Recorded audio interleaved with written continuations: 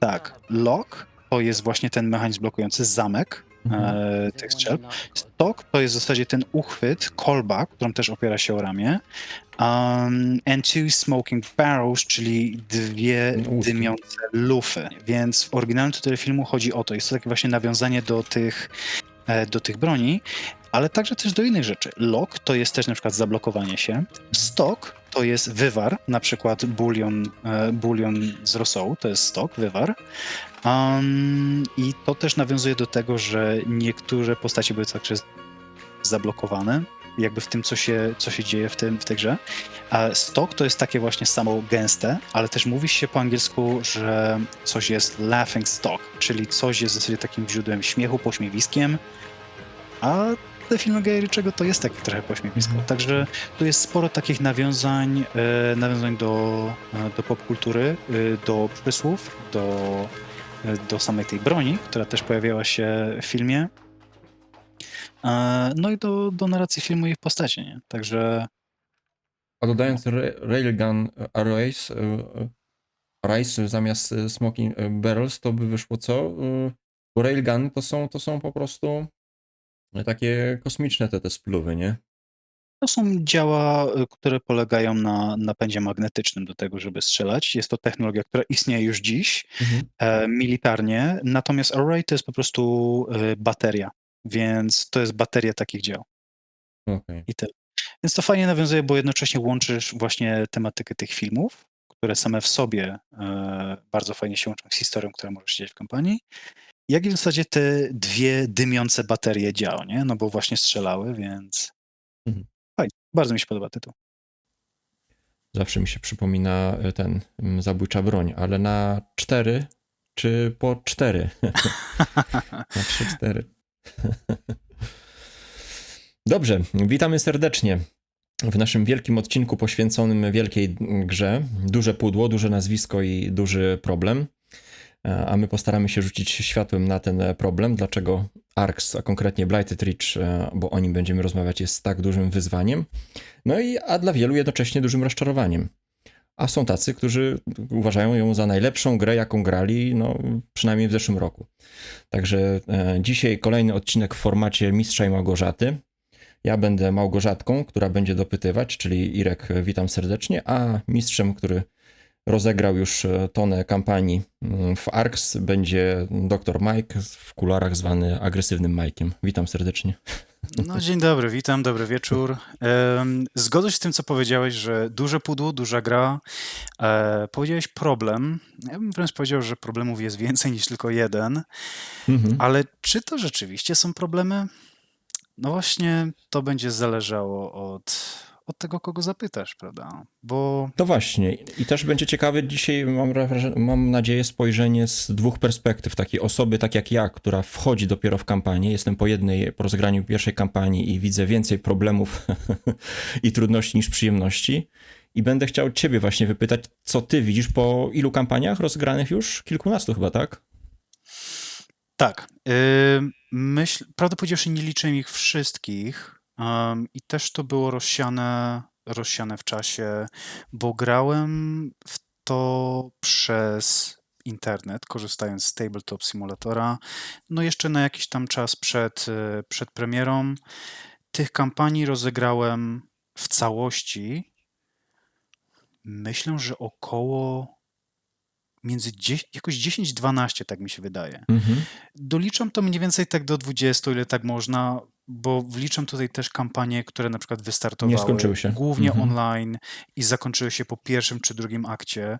Zaliczam je jakby na poczet takich, przynajmniej Statystyk. jakichś tam statystyk, tak jest. Dlatego, że zawsze jest to jakaś dodatkowa wiedza. Nie? Nawet ten jeden rozegrany akt, choć oczywiście nie da mi poglądu na to, jak cała kampania mogła przebiegać, to przynajmniej jest to jakieś albo poznanie nowych możliwości tej gry, albo utrwalenie sobie pewnych zasad, a tych zasad jest tam sporo i to jest w zasadzie jeden z dużych problemów tej gry i ogólnie chyba każdej gry tego kalibru. Jest mnóstwo zasad i maintenance, czyli jakby utrzymywanie porządku w grze, nie? Czyli upewnienie się, że na przykład na jakimś tam konkretnym etapie zaszło jakieś tam działanie, tudzież czy wszystkie reguły gry zostały zachowane i uhonorowane w przypadku, kiedy dzieje się, nie wiem, jakieś tam wydarzenie, prawda? Jest tyle rzeczy, tyle na przykład pasywnych umiejętności, które mogą zostać przypadkowo zapomniane w trakcie gry, że może od tego boleć głowę. Nie, To no, poczekaj może od jeszcze, tego zanim boleć w ogóle głowa. stracimy wszystkich słuchaczy, to powiemy, dlaczego ten odcinek. No, troszkę poruszyłeś już wierzchołek góry lodowej, czyli zasady i próg wejścia tej gry, ale ogólnie ten odcinek powstał z myślą o tym, żeby przede wszystkim, tak jak powiedziałem, zobaczyć twoimi oczami tę grę, ale też stworzyć swego rodzaju taki poradnik być może znak taki drogowy poruszania się po tej grze. To znaczy pokazać wszystkie dobre strony, ale też te wertepy, na które jesteśmy narażeni. Bo tak jak ty zaznaczałeś mi już przed rozmową, że fanboyem nie jesteś, uwielbiasz tę grę, ale to nie przesłania ci wad i problemów, jakie ta gra ma. Więc myślę, że to będzie takie spore kompendium wiedzy dla osób, które no, zbliża się polskie wydanie, więc być może będą się zastanawiały nad zakupem, szczególnie właśnie Blighted Ridge, bo o nim będziemy głównie mówili, więc zachęcamy tych, którzy jeszcze nie grali albo grali i się sparzyli. Druga kwestia jeszcze, którą chciałem poruszyć, to przede wszystkim nie będziemy mówić tutaj o zasadach, no zakładamy, że skoro tutaj jesteście, no to jakieś tam podstawy, założenia znacie, więc nie będziemy tu się zagłębiać w zasady, ten akcent położymy zupełnie gdzie indziej, czyli bardziej właśnie ten motyw fabularny, mechanika, ale taka bardzo od kuchni.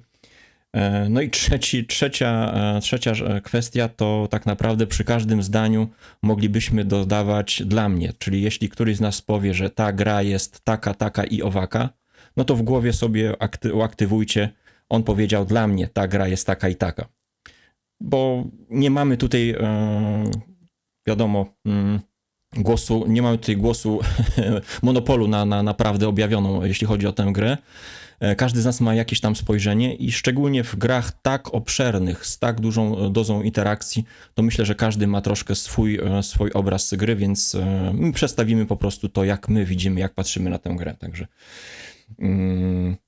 to są takie kilka słów w ramach wstępu, ale zanim już rozkręcimy się na dobre, to chciałbym cię tak standardowo zapytać o twoje kamienie milowe, jeśli chodzi o gry planszowe, czyli gry, które ukształtowały ciebie jako gracza, którym dzisiaj jesteś. Mhm. Jasne.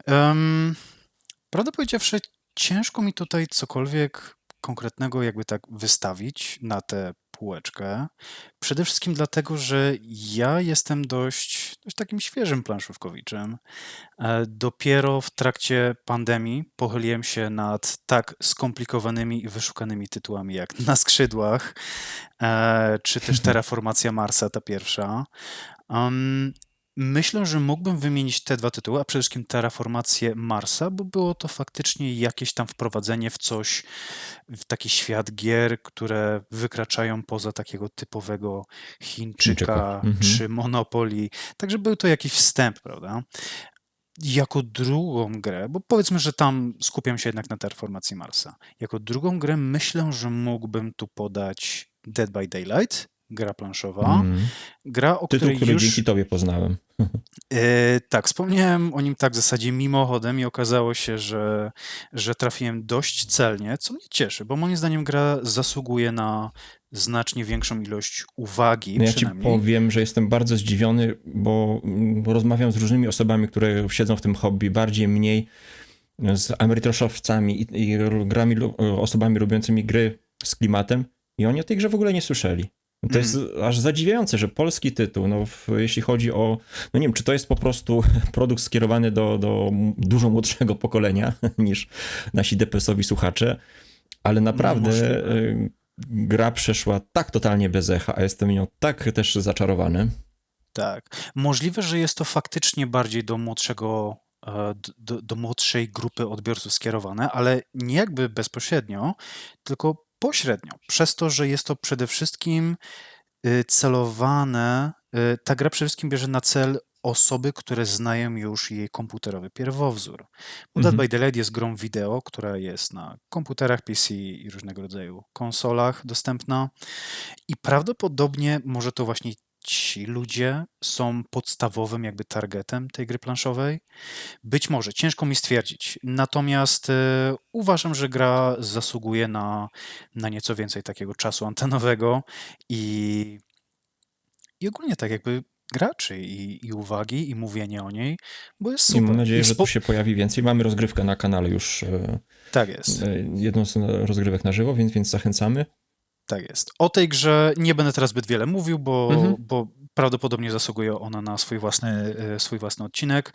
Natomiast dlaczego o niej mówię? No po pierwsze dlatego, że jest wciągająca, a po drugie dlatego, że wciągnęła mnie w ten taki kickstarterowy świat. To jest pierwszy projekt, który wsparłem na Kickstarterze i od momentu, kiedy po raz pierwszy go zobaczyłem, na Kickstarterze. Natychmiast się w tym projekcie zakochałem i z zapartym tchem czekałem na to pudełko przez chyba 1,5 roku.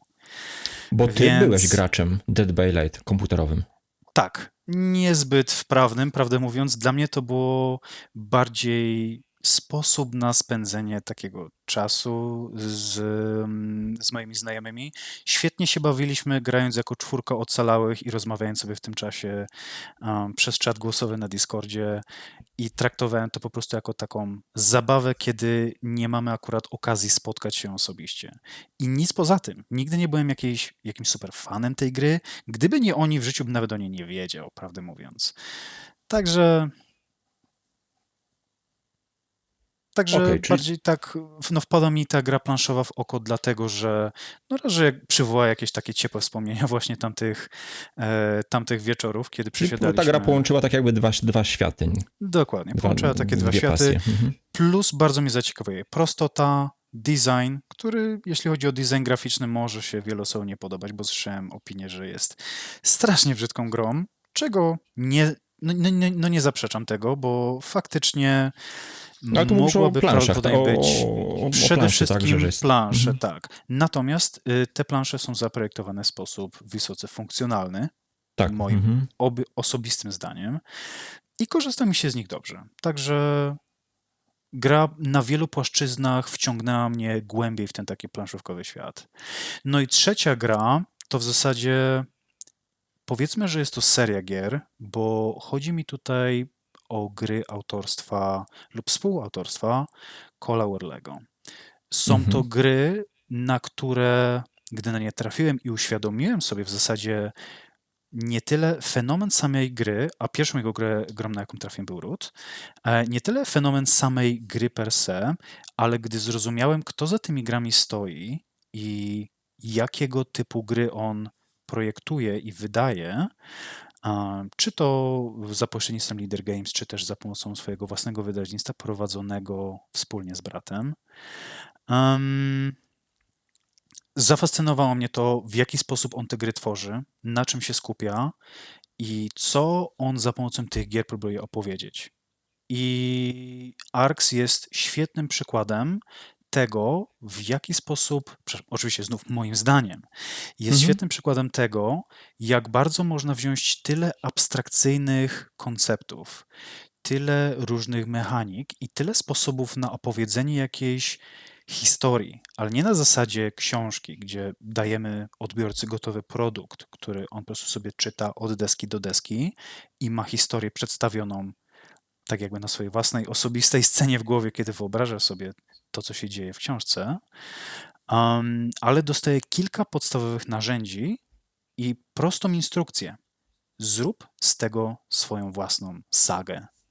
I myślę, że najlepszym przykładem takiej sagi tworzonej za pomocą gry planszowej i tego, co gra planszowa oferuje, jest dla mnie Oath. Dopiero przy Oath zacząłem się bardziej skupiać na tym, co ogólnie ten autor próbuje stworzyć, co próbuje odbiorcom przekazać za pomocą swoich gier i zacząłem się tym jeszcze bardziej interesować. Więc już jakby kończąc moją bardzo wydłużoną odpowiedź na twoje pytanie, Oath jest tą trzecią grą, która wprowadziła mnie na jakiś, no nazwałbym to może taki wyższy poziom gier planszowych. dla pewnych osób, takich stałych bywalców planszówkowego świata, osób o wiele bardziej doświadczonych ode mnie, a o to wcale nie jest trudno. Być może zabrzmi to, no może nie dziecinnie, Wiesz co? ale Ale są właśnie. o wiele bardziej ambitne, przepraszam, że ci przerwę, ale są o Mhm, wiele mhm. bardziej ambitne gry planszowe, które w inny, być może lepszy sposób opowiadają swoje historie. Ale ja za Ale pomocą mam, właśnie tej gry i dzięki temu autorowi zacząłem dostrzegać nieco inne głębie tych gier planszowych oraz to, czym tak naprawdę one w istocie są. Bo nie jest to tylko sposób na spędzenie czasu, jest to, wydaje mi się, coś więcej niż to. no właśnie, a ja mam wrażenie, że czasami te doświadczenie może nam mocno przeszkadzać w poznawaniu, szczególnie gier Werlego, kiedy on stara się od gracza, wymaga, no może to jest złe słowo, ale oczekuje od gracza zupełnie innego spojrzenia niż taki, jak ja powiedzmy, gracz, który wychował się na grach euro, który stara się znaleźć turbooptymalizacyjny silniczek.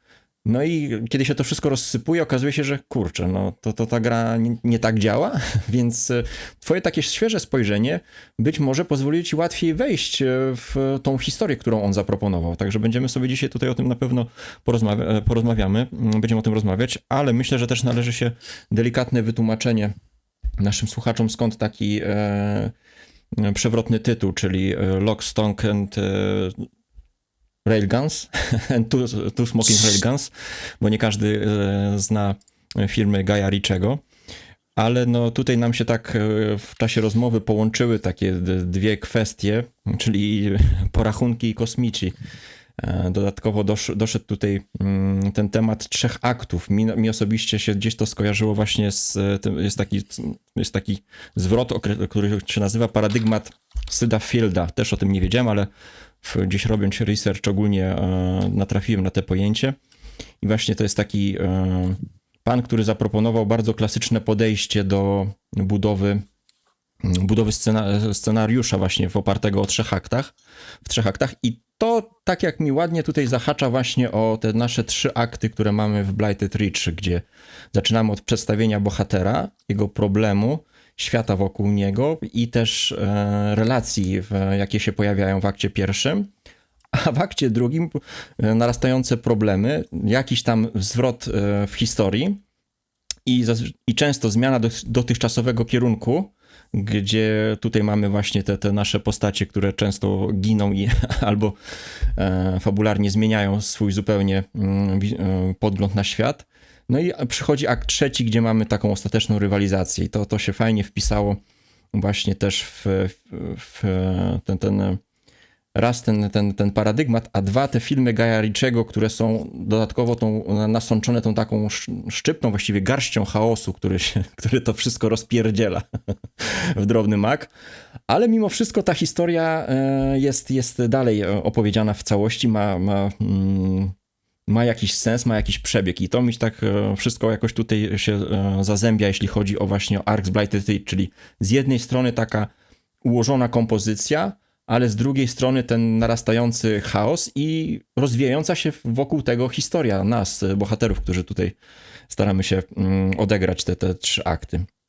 Także dla mnie jest to piękne wpisanie właśnie gry w te scenariusze ze Snatcha czy z Lock, Stock, gdzie pech i złe fatum, czy to tutaj w grze jest nasza ta kiepska ręka, którą dociągamy za każdym razem, kiedy rozpoczyna się nowa runda. No wiadomo, że jak się nie ma pecha, to dobrze mieć jakiegoś asa w rękawie albo przynajmniej railguna. Także to jest dla mnie opowieść właśnie o Arx, który tworzy historię. Także mam nadzieję, że uda nam się pokazać głębię tej gry, znaczy to właściwie ty, bo tak jak ja powiedziałem, ja mam doświadczenie tylko jeśli chodzi o podstawkę, rozegrane tych kilkanaście partii, a podstawka i Blighted Ridge to są zupełnie dwie różne gry. Tak. Więc może zacznijmy od tego, czekajcie, bo mi się pies tutaj wygrzebuje z poduszka. Zacznijmy od tego, czym jest Arx, a czym jest Blighted Ridge. Jakbyś mógł to rozdzielić, te dwa pudła? Jasne. Czy mógłbym wstawić delikatną, taką jakby swoją wstawkę osobistą tutaj, bo Chciałem to zrobić na Jasne. samym początku, ale jak zawsze rozgadam się strasznie i stracę wątek. Przede wszystkim chciałbym tutaj też chciałbym podziękować swoim znajomym, dzięki którym mogłem na żywo tak dobrze zapoznać się z tą grą, no bo jednak gra tego typu, gdzie jest dużo rozmów nad stołem, jest sporo takiej interakcji między graczami, zwłaszcza tej negatywnej. Granie w nią na żywo, osobiście, to jest całkiem inne doznanie. Jest oczywiście po stokroć lepsze od grania przez internet i chciałem tutaj podziękować moim znajomym, mianowicie Oli, Kasi oraz Kamilowi za to, że tak cierpliwie i przyjaźnie spędzali ze mną czas i oczywiście mam nadzieję będą jeszcze spędzać nad kampaniami dalszymi w ARX. Byli na tyle cierpliwi, żeby tę grę faktycznie ze mną poznawać i razem się przy niej bawić. A jestem im za to naprawdę bardzo, bardzo wdzięczny, więc dziękuję też, że mogłem skorzystać z tej platformy, żeby te podziękowania im złożyć. Fajnie, Chciałbym... tacy gracze to skarb naprawdę jest. Mamy też Oj, jednego tak. współgracza, który gdzieś tam teraz niedawno do nas dołączył i ostatnio z jego ust padło takie stwierdzenie, kurde chłopaki, no aż mi trochę głupio przychodzić, wy cały czas te gry swoje wyciągacie, ja żadnej gry nie mam, może bym też coś kupił. Nie, ty tylko przychodź i to jest najważniejsze, żebyś po prostu był, bo gier to po prostu mamy za dużo, ale cierpliwych graczy, którzy chcą poznawać tytuły, to są po prostu na wagę złota. Oj tak, ze świecą szukać, zwłaszcza do tego typu tytułów. Bardzo mi się tutaj podoba to właśnie twoje nawiązanie do filmów Guya Ritchiego. I znów nie twierdzę tutaj, że jestem jakimś super znawcą, bo prawdę powiedziawszy, te filmy, które wiem, że on nakręcił, a które mnie się bardzo podobały, czyli przede wszystkim ten Lock, Stock and Two Smoking Barrels, tak dobrze pamiętam? Tak jest. Tak jest, Smoking. Świetne nawiązanie do tego tytułu i nazwałeś właśnie ten odcinek, delikatnie go przekształcając na realia arksowe. Użyłeś tutaj właśnie karty lore numeru 12. Jedna z naprawdę dobrych kart w ARX. Która jest zarówno w wersji, tak jest, Railgun Race. Jest zarówno dostępna w wersji podstawowej, jak i w kampanii, oczywiście.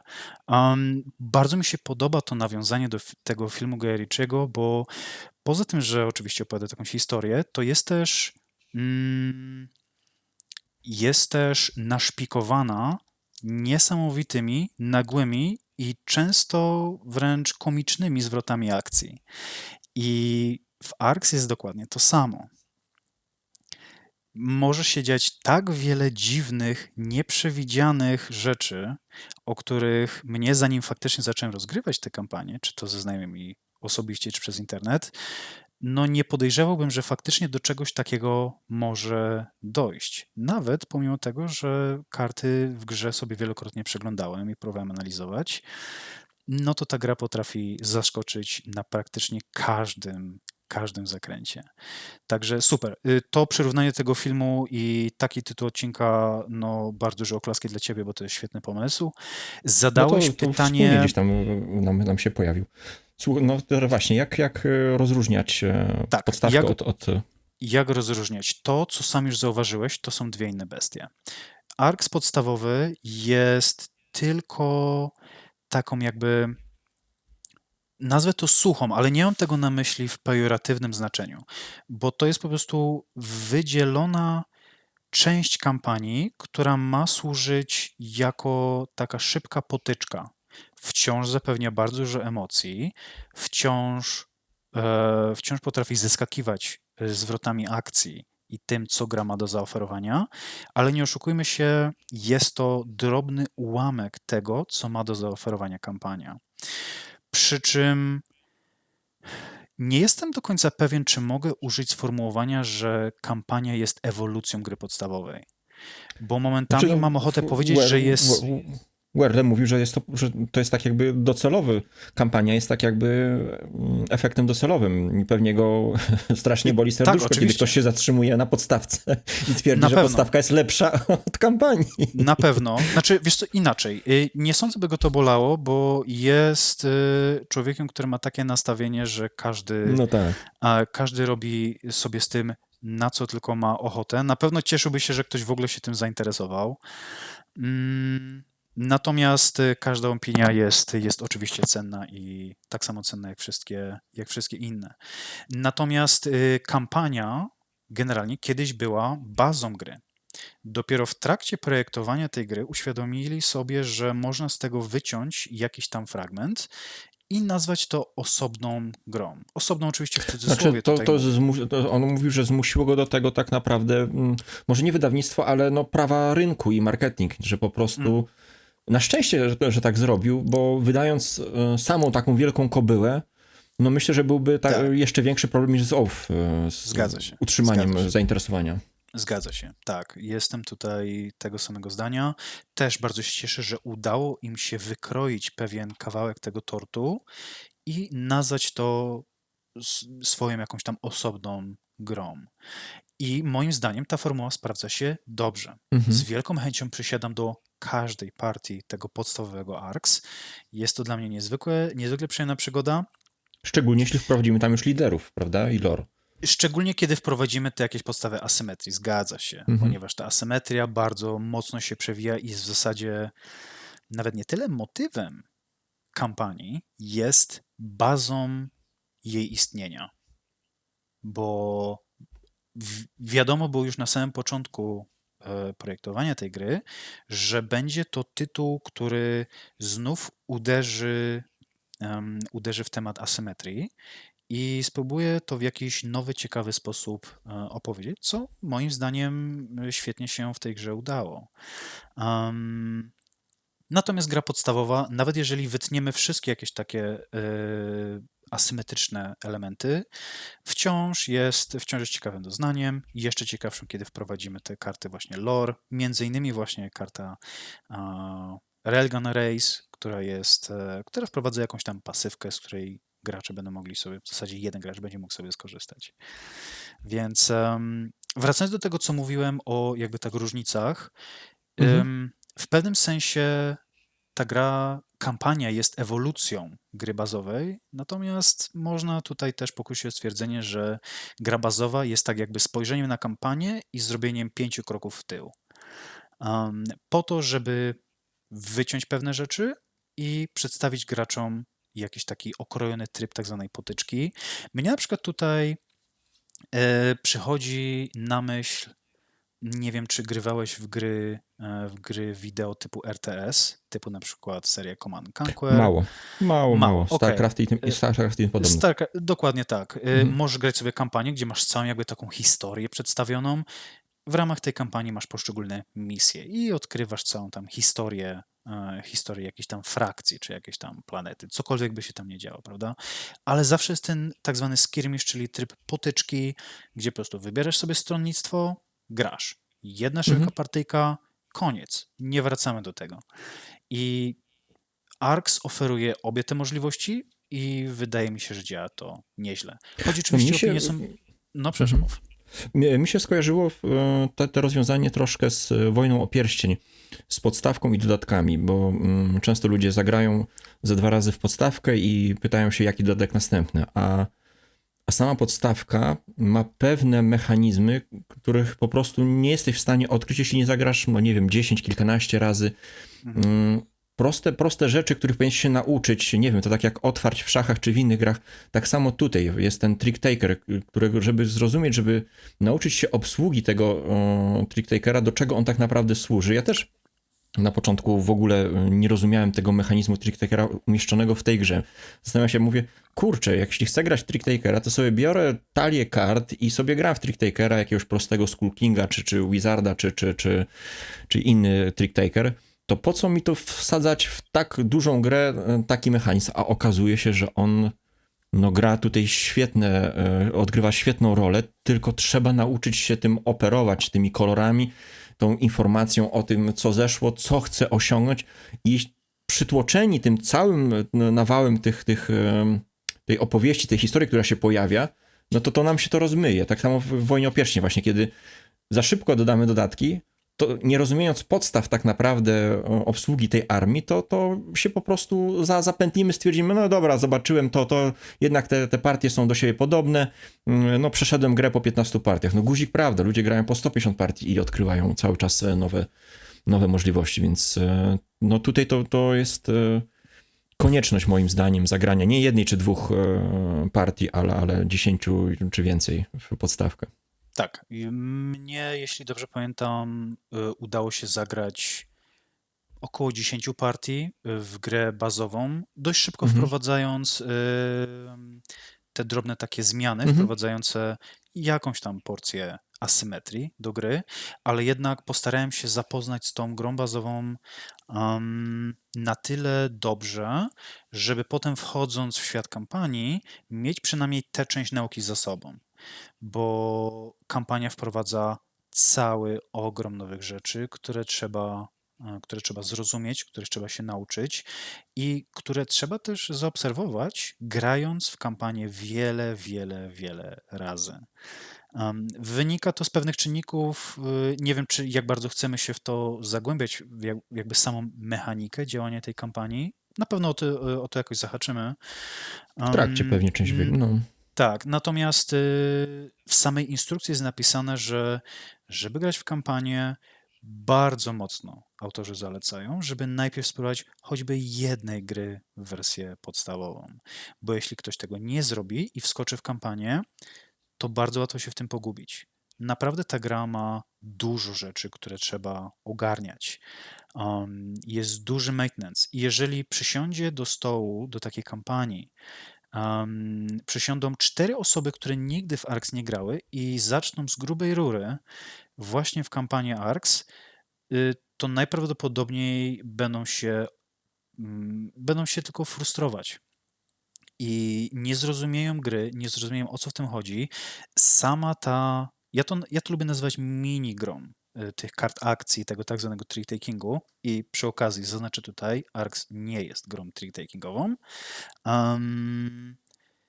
ale jest to na tyle Znaczy w jakim bogaty sensie mówi, że nie jest trick-takingową?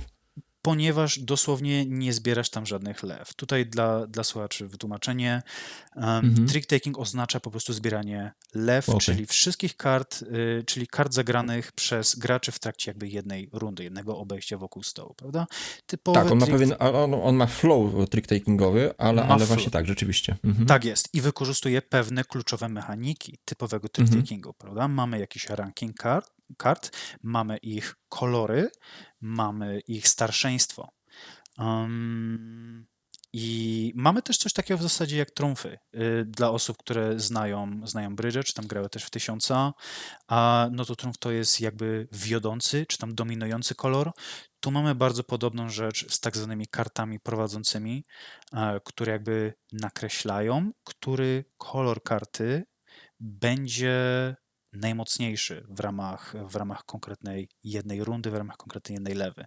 Natomiast jeśli mamy być stricte techniczni, w tej grze nie zbieramy żadnych kart z powrotem, nie punktujemy na samych kartach, więc dla mnie i dla wielu innych osób to nie jest trick taker.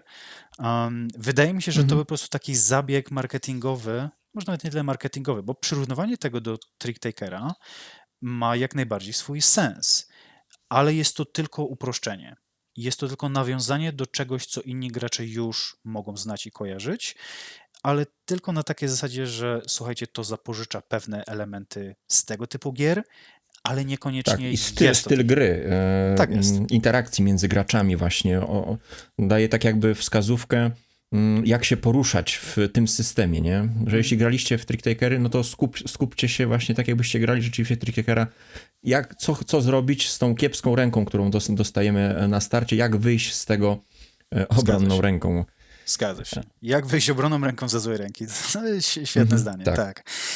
I dlatego, tu wracając jeszcze do tematu, dlatego warto zagrać najpierw w grę bazową, bo ona uczy nas tej podstawowej minigry, która będzie obecna w całej właściwej grze. Czy to tej podstawowej, czy też kampanii. I samo zrozumienie, na czym to polega. Już odkładam na bok takie tematy jak naprawdę umiejętność wykorzystania każdej, no prawie każdej ręki, zazwyczaj złej, to już jest dość wysoki poziom i wymaga sporego doświadczenia. Jeżeli ktoś nie zapozna się nawet z tymi podstawowymi elementami obsługi gry i od razu przyjdzie do kampanii, to najprawdopodobniej nie będzie się w ogóle przy tym dobrze bawił, bo tego będzie zbyt wiele naraz. Ale teraz jeszcze byśmy cofnęli się kroczek do tyłu, czyli mamy powiedzmy obraz. Czy jeszcze coś chcesz dodać, jeśli chodzi o porównanie tych dwóch systemów? Mógłbym tu dodawać wiele rzeczy,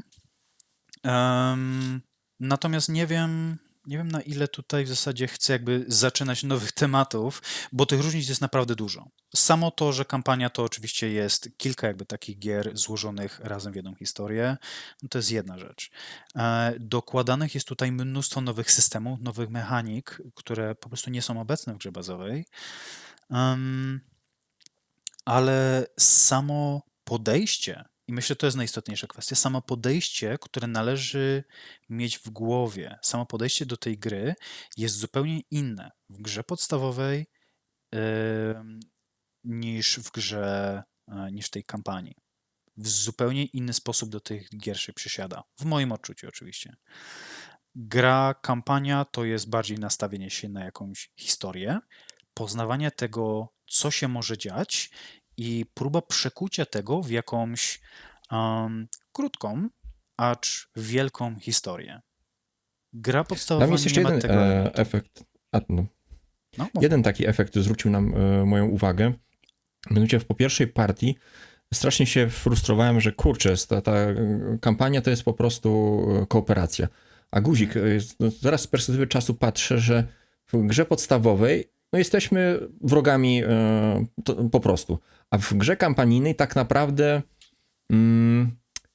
nie jest jasno określona ta linia między sojusznikiem a wrogiem, bo tak naprawdę nasze cele naturalnie mogą się ze sobą łączyć, możemy się wspomagać, jak i możemy się ścierać w pewnych granicach. Pamiętam na przykład sytuację tutaj grałem chyba pacyfistą, który ma za zadanie pozbywać się broni tak jakby ze świata, jednocześnie sam nie może atakować, a na przykład osoba grająca charakterem mogła ściągać karty lore od innych graczy, co jest normalnie, mechanicznie, w normalnych zasadach niedopuszczalne.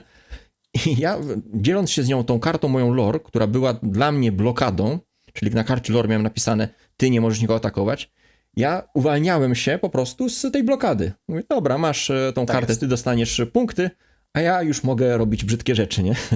Tak I jest. to są piękne, naturalne, właśnie fabularne wątki, które ta gra tworzy. To jest, no podstawka nie ma szans. Tutaj możemy w podstawce na zasadzie takiej zwykłego, krótkotrwałego sojuszu, no słuchaj, gramy we trójkę, on tutaj wygrywa, więc musimy połączyć siły i go zaatakować. A tutaj mamy ten wątek wpleciony już zupełnie na innej płaszczyźnie.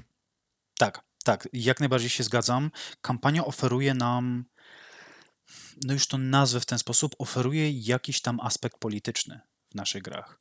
I to nie chodzi tutaj już tylko, jak sam wspomniałeś, o tępienie gracza, który mocno wyskoczył naprzód i ma szansę wygrać grę.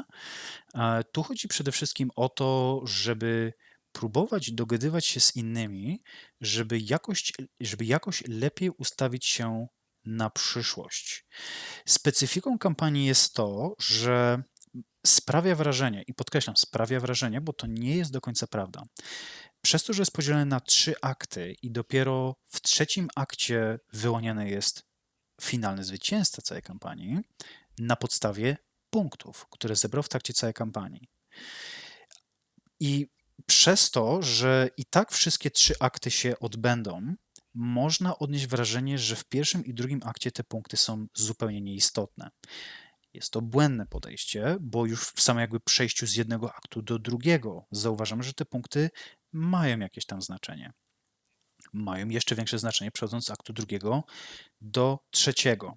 Natomiast te punkty zdobywamy w jakiś tam w jakiś tam określony sposób i tych sposobów jest więcej w kampanii niż w grze bazowej. Ale poza tymi punktami, które zbieramy, mamy jeszcze swój cel do wykonania. I jak już sam do tego Poczekaj jeszcze, tylko nawiązałeś... zatrzymał się tylko przy punktach, zapamiętaj myśl, ale mam wrażenie, że gra trochę nam sugeruje, że punkty będą ważne później, bo w pierwszych 2 aktach obcina nam te punkty o połowę, a w trzecim akcie potrafi podwoić. Osoby, które doszły tą jedną postacią do trzeciego aktu, mają podwójne, więc tak jakby skupia nas na tą inną punktację, którą jest wypełnianie celów naszych postaci. Tak, zgadza się. No bo jeśli ktoś, powiedzmy, zdobył 20 punktów, a ktoś 10, no to na koniec rundy jeden będzie miał 5, drugi 10, więc różnica jest tylko 5 punktów. Zgadza A zdobycie się. 20 punktów, no to wymaga bardzo dużo pracy. Tak, jest to celowy zabieg, to obcinanie punktów, po to, żeby jednak te punkty faktycznie nie były aż tak dużym czynnikiem i Mhm. gracze przechodząc z jednego aktu do drugiego wciąż mieli poczucie, że mają jakąś szansę. I oczywiście masz rację, twierdząc, że gra sugeruje, że te punkty nie są aż tak istotne z początku, bo faktycznie w pierwszym i drugim akcie nie jest to najważniejsza rzecz, bo dopiero w trzecim akcie wyłaniamy zwycięzcę i to właśnie na podstawie tych punktów. Mhm. Ale to nie znaczy, że punkty są zupełnie nieistotne w tych pierwszych 2 aktach. Tak. To chciałem powiedzieć. Są wciąż istotne, Mhm. Tak, że nie możemy choćby- całkowicie odpuścić. Mhm. tak, choćby tylko i wyłącznie z tego powodu, że gracz, który zakończy pierwszy i drugi akt z największą ilością punktów, będzie osobą rozpoczynającą kolejny akt. A w przypadku aktu trzeciego może to być bardzo istotna rzecz. Bardzo mi się podoba ten zabieg takiego podwójnego punktowania pod koniec, tak jak mamy to w Pamirze na przykład, a czy mamy w Indonezji, gdzie właśnie ten dorobek jest pomnażany, że ta osoba, która powiedzmy, tak jak w Pamirze była z tyłu, nagle może wyskoczyć na prowadzenie w trzeciej dominacji, trzeciej punktacji, bo wtedy jest liczone podwójnie. To jest bardzo fajne zagranie, bo no pozwala nam się też skupić na innych rzeczach, nie? Że nie tylko standardowo skupiamy się na punktach, tak jak w sałatkach punktowych. Wybacz, być może mam Ale jakieś dobra, już nie wchodzę w słowo. Być może mam jakieś częściowe zaćmienie mózgu, ale nie kojarzę mechaniki podwajania punktów w trzecim akcie. W Pamirze... W Pamirze tak, chodzi mi ale o to, powiedziałeś że... o ARX. A tutaj mamy te obiektyw, które mamy, tak jakby może liczą nam podwójne punkty za... Jeśli wypełnimy nasze cele, to tam jeśli zrealizujemy nasze cele, to mamy te punkty, jeśli wypełnimy jeden, ten Grand Ambition, to mamy tak jakby jeden zestaw punktów, a jeśli wypełnimy 2, to mamy ten. Więc mamy szansę tak jakby podwoić te punkty. Tak, użyłem skrótu myślowego, ale że możemy tą pulę właśnie zdwukrotnić. Tylko, że to... zwiększyć po prostu, no. Zgadzam się, tylko że to jest całkowicie odmienna rzecz od tego, co znamy z Paxa Pamir. Bo tam faktycznie ostatnia dominacja, która ma w zasadzie kończyć grę, daje szansę graczom, którzy są z tyłu, mocno nadgonić. W ARX natomiast nie ma podwajania punktów. To, o czym powiedziałeś, to są tak zwane wielkie ambicje. Ja tak je lubię tłumaczyć, bo oczywiście polskiej oficjalnej wersji jeszcze nie mamy. To są sposoby punktowania dla tych graczy, którzy dotrwali do trzeciego aktu, wciąż posiadając rolę, ukośnik przeznaczenie, kategorii A lub B, czyli takie, które zdobywa się w pierwszym, tudzież drugim akcie. Jeśli ktoś zmienił swoją rolę, tudzież przeznaczenie wchodząc do trzeciego aktu, to tej możliwości nie ma. Tam troszkę inaczej zdobywamy punkty i co więcej, tego typu postaci, tego typu przeznaczenia mogą zakończyć trzeci akt przedwcześnie, o ile wykonają swój cel i to wrzuca kolejną taką problematyczną zagwozdkę dla innych graczy, co z tego typu postaciami mają uczynić. Natomiast nie ma tam żadnego podwajania punktów, tylko dlatego, że to jest ostatni jakiś tam etap gry, bo wciąż na te punkty trzeba sobie zapracować, prawda? I każda z tych ról kategorii A lub B będą miały 2 jakby takie podpunkty w trzecim akcie. Nie? Jeżeli spełnisz pierwszy podpunkt swojego celu, otrzymasz ten niższy próg punktowy, tak? Czyli na przykład 4 punkty. Ale jeśli wykonasz oba naraz, to wtedy otrzymasz tych punktów 16. Tu te punkty w zasadzie... Tak, plus jeszcze punktowanie z ambicji zwykłe. Plus oczywiście punktowanie z ambicji zwykłe. co może Mhm. się nakładać z Mhm. niektórymi tymi celami, bo niektóre będą polegały dosłownie na wygrywaniu ambicji, prawda? Mhm. Także tak. Jest to jakiś tam mechanizm, który wydaje mi się faktycznie można przyrównać do takiego mechanizmu nadganiania w tych ostatnich kluczowych momentach kampanii, ale to jest całkiem coś innego niż ostatnia karta dominacji w Paksie Pamir, moim zdaniem. Mhm. Okej. No i Tak. dobrze, bo ci przerwałem, więc dalej kontynuujemy wątek w zasadzie na czym przerwaliśmy? Właśnie sam się zastanawiam. To dopóki się zastanawiamy, to tu jeszcze dopowiem, że bardziej takim mechanizmem nadganiania osób, które są z tyłu, wchodząc do aktu trzeciego, jest właśnie to przechodzenie do ról kategorii C, czyli te, które mogą przedwcześnie zakończyć grę, ponieważ mają cel na grę, który nie jest związany z punktami. Nie? Więc ten problem osób, które są gdzieś tam daleko z tyłu, jest właśnie w ten sposób rozwiązywany. Czy jest to rozwiązanie podobające się wszystkim? Prawdopodobnie nie, bo widziałem wiele negatywnych komentarzy, że no dobra, ja przez całą kampanię próbowałem utrzymać tą swoją rolę, którą utrzymałem na samym początku tejże kampanii. No, podejmuję tytaniczne wysiłki i pocę się niemiłosiernie, żeby zdobywać jak najwięcej punktów. Dlaczego teraz jakiś inny gracz, który cały czas gdzieś tam błąkał się na samym końcu tej tabelki punktów, dlaczego on nagle ma mieć możliwość wywrócenia wszystkiego do góry nogami i zwyciężenia gry tak po prostu? I odpowiedź na to nie jest taka prosta, ale istnieje i moim zdaniem jest zadowalająca. Tak naprawdę, jak to bywa w grach tego autora, to gracze muszą zapewnić swego rodzaju balans w grze. Gra daje nam pewne narzędzia, ale to my musimy z tych narzędzi odpowiednio skorzystać. Co może się udać, Tak, może ja się sobie nie pozwolę udać. tutaj Aha. przytoczyć właśnie słowa z projektanta Cola Werle właśnie, co przyświecało, jaka idea przyświecała mu przy tworzeniu właśnie tej gry. On tutaj pisze, że miał dwa wyzwania właśnie. Potrzebował rdzenia gry, które pozwoli na interakcję bez poświęcania osobistych historii graczy. I Tak. potrzebował sposobu, by opowiadać historie, które mogą nagle skręcić w innym kierunku. To są właśnie te przeskakiwania na różne ścieżki przeznaczenia właśnie. I on bardzo fajnie tutaj opowiada, tutaj trochę zagłębię się no widzisz, no wiedziałem, że nie unikniemy skakania, jeśli chodzi o ten tytuł, z tematu na temat i być może wyjdzie trochę chaotycznie, ale chciałem też zakreślić tutaj jego pomysł, pokazać jego perspektywę, którą mieścił właśnie w tych projektanckich pamiętnikach, jak on zbudował kręgosłup tej gry. On sobie to podzielił na tak zwane 3 warstwy czasowe. Nie wiem, czy czytałeś, czy kojarzysz o czym mówię. Jasne, jak najbardziej. Mianowicie powiedział, że tak, pierwszą warstwą czasową są zagrywane akcje, czyli to, o czym mówiliśmy, zagrywanie kart, czyli to jest to tu i teraz. I to pozwala ustalać tempo rundy. I to jest ciekawym sposobem, dla mnie jest to po prostu sposób aukcjonowania naszych działań. Czyli ja muszę sam wycenić tak naprawdę, ile warte są moje pomysły do zrealizowania. Czyli ja mogę poświęcić więcej kart, żeby spalić powiedzmy dodatkową rundę, ale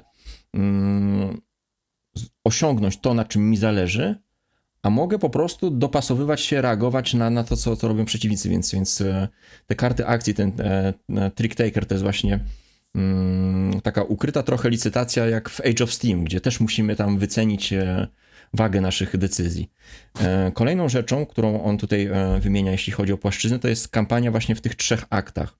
I to już jest takie szerokie spojrzenie na całokształt, dokąd zmierzamy, jakie zmiany w mechanice wprowadzają właśnie kolejne akty, te właśnie zmiany, które wprowadzają nasze postacie. I to też jest istotne, o czym ono zaznacza, o czym mówi, że jest to też czas gry rozbity na 3 sesje po około 2 godziny. Tak. Chciał uniknąć właśnie takiej długiej kampanii jak Twilight Imperium, gdzie gracze po prostu po 4, 5, 6, 8 godzinach już są wykończeni i on też właśnie nie zaleca, żeby grać po prostu ciurkiem, żeby sobie to spokojnie rozbić, bo to daje taką higienę po prostu psychiczną, wytchnienie, ale też czas na przemyślenie między poszczególnymi sesjami, nie? Tak Więc jest. dla mnie jest to super rozwiązanie, bo no, po 5 godzinach to już twój mózg tylko chce uciekać, gdzie pieprz rośnie.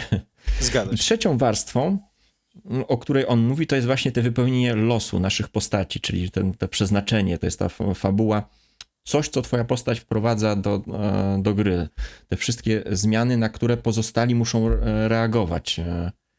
I musisz się zastanowić, biorąc, on bardzo fajnie to powiedział, biorąc do ręki kartę twojego przeznaczenia, masz tam tak naprawdę napisane dwa tak jakby twoje motto, twoje słowa, które określają twoją misję.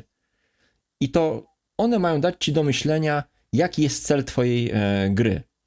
Później rozpatrując kolejne akty, musisz się zastanowić, co daje ci przewagę, jakie masz słabości. I to jest chyba najciekawsza warstwa tej gry, bo ona właśnie tworzy te momenty, które nam najmocniej zapadają w pamięć. Więc on sobie to tak fajnie podzielił, tą trzyaktową rozgrywkę na trzy warstwy właśnie czasu, tak jakby, w których się rozgrywa ta gra. Więc no to pokazuje, jak złożony jest to projekt, ale to też pokazuje, to mi pokazało, bo ja tych rzeczy nie widziałem po samej rozgrywce, tylko zagłębiając się tutaj w jego pamiętniki, też zaraz będę chciał cię o pewną rzecz spytać, dostrzegam, ile tu jest możliwości rozgrywania, na jakich płaszczyznach się tak naprawdę toczy gra i jak bardzo dużą swobodę zostawia graczom autor.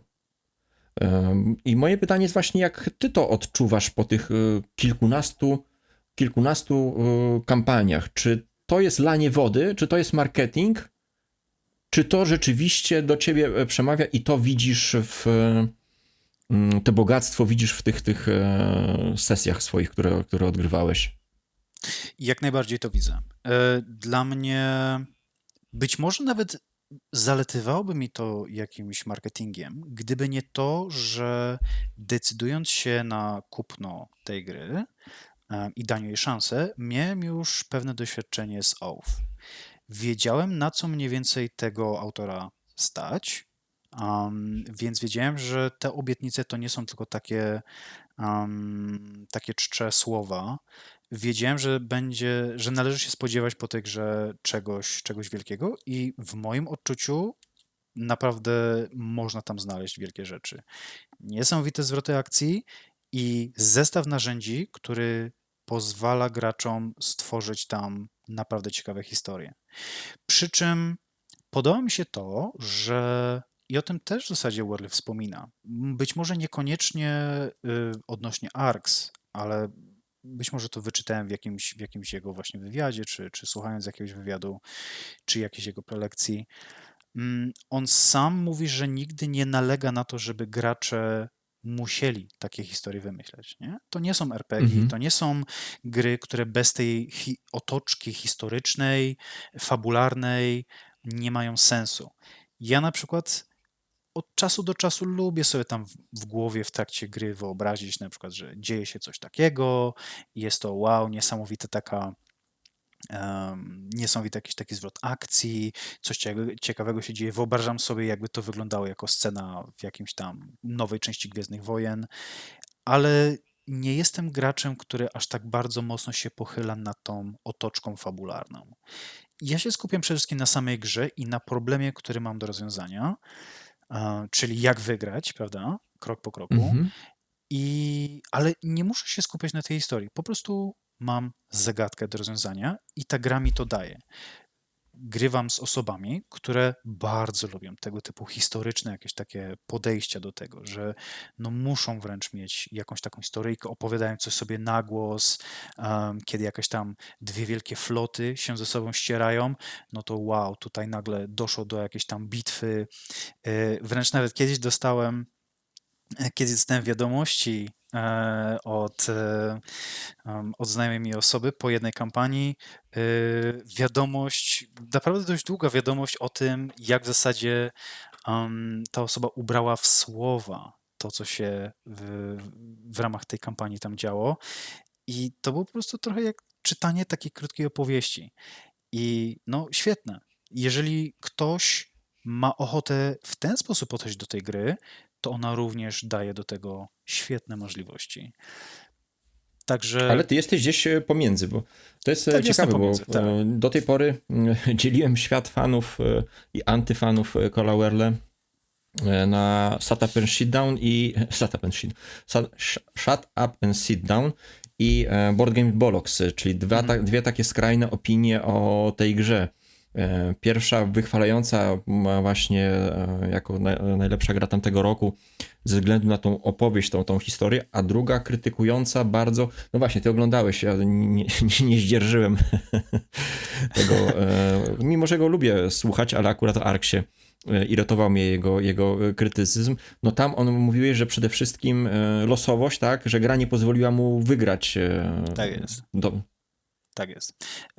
Bo tu właściwie stroną krytykującą był tu właśnie, przepraszam, nie pamiętam jego prawdziwego imienia, ale gość prowadzący kanał Board Game Bollocks, który lubi bardzo wprost opowiadać o grach planszowych, za co chwała mu, bo często tego typu podejście jest, no słucha się tego o wiele przyjemniej niż coś, co ja Słodkiego pierdzenia. Tak. Dokładnie, coś, co czasem porównuję do takiej korpogatki, gdzie mówi się dużo, ale nie mówi się nic. Tak naprawdę ten gość przechodzi do konkretów i za to go bardzo szanuję.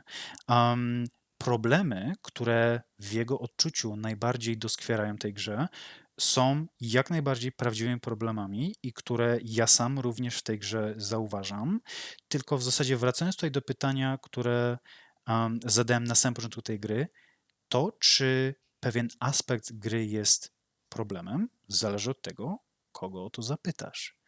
Dla mnie te aspekty, typu właśnie na przykład losowość, typu karty, które przychodzą na rękę, co z nimi w takim przypadku zrobić? Ja chciałem się bić, do tego przecież zmierzam, o to tutaj chodzi. Nie mam na ręce absolutnie żadnej karty, która mi na to pozwala.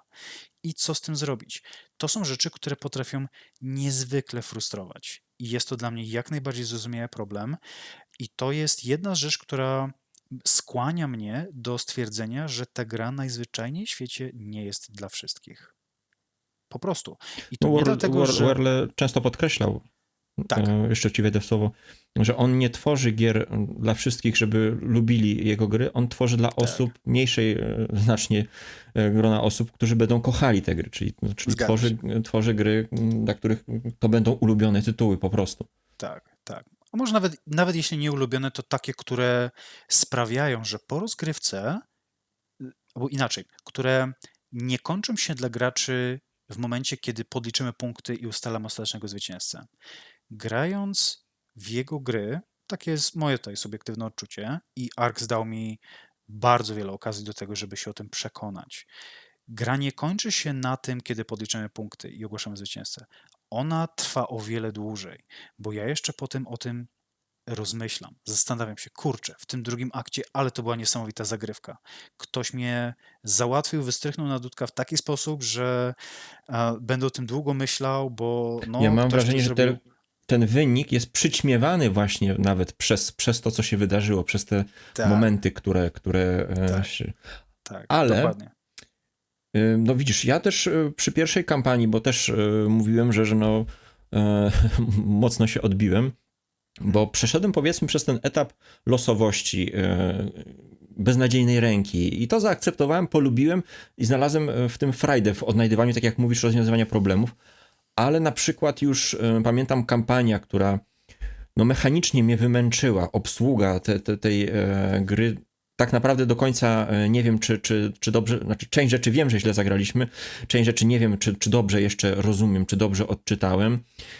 Dopiero na sam koniec część rzeczy się wyjaśniło, zrozumiałem, co było błędem, ale były momenty, w których współgracz nie mógł zrobić totalnie nic. Był dojeżdżany straszliwie przez stewarda, grabiony ze wszystkiego, co tam mógł, nawet już tracił te fawory.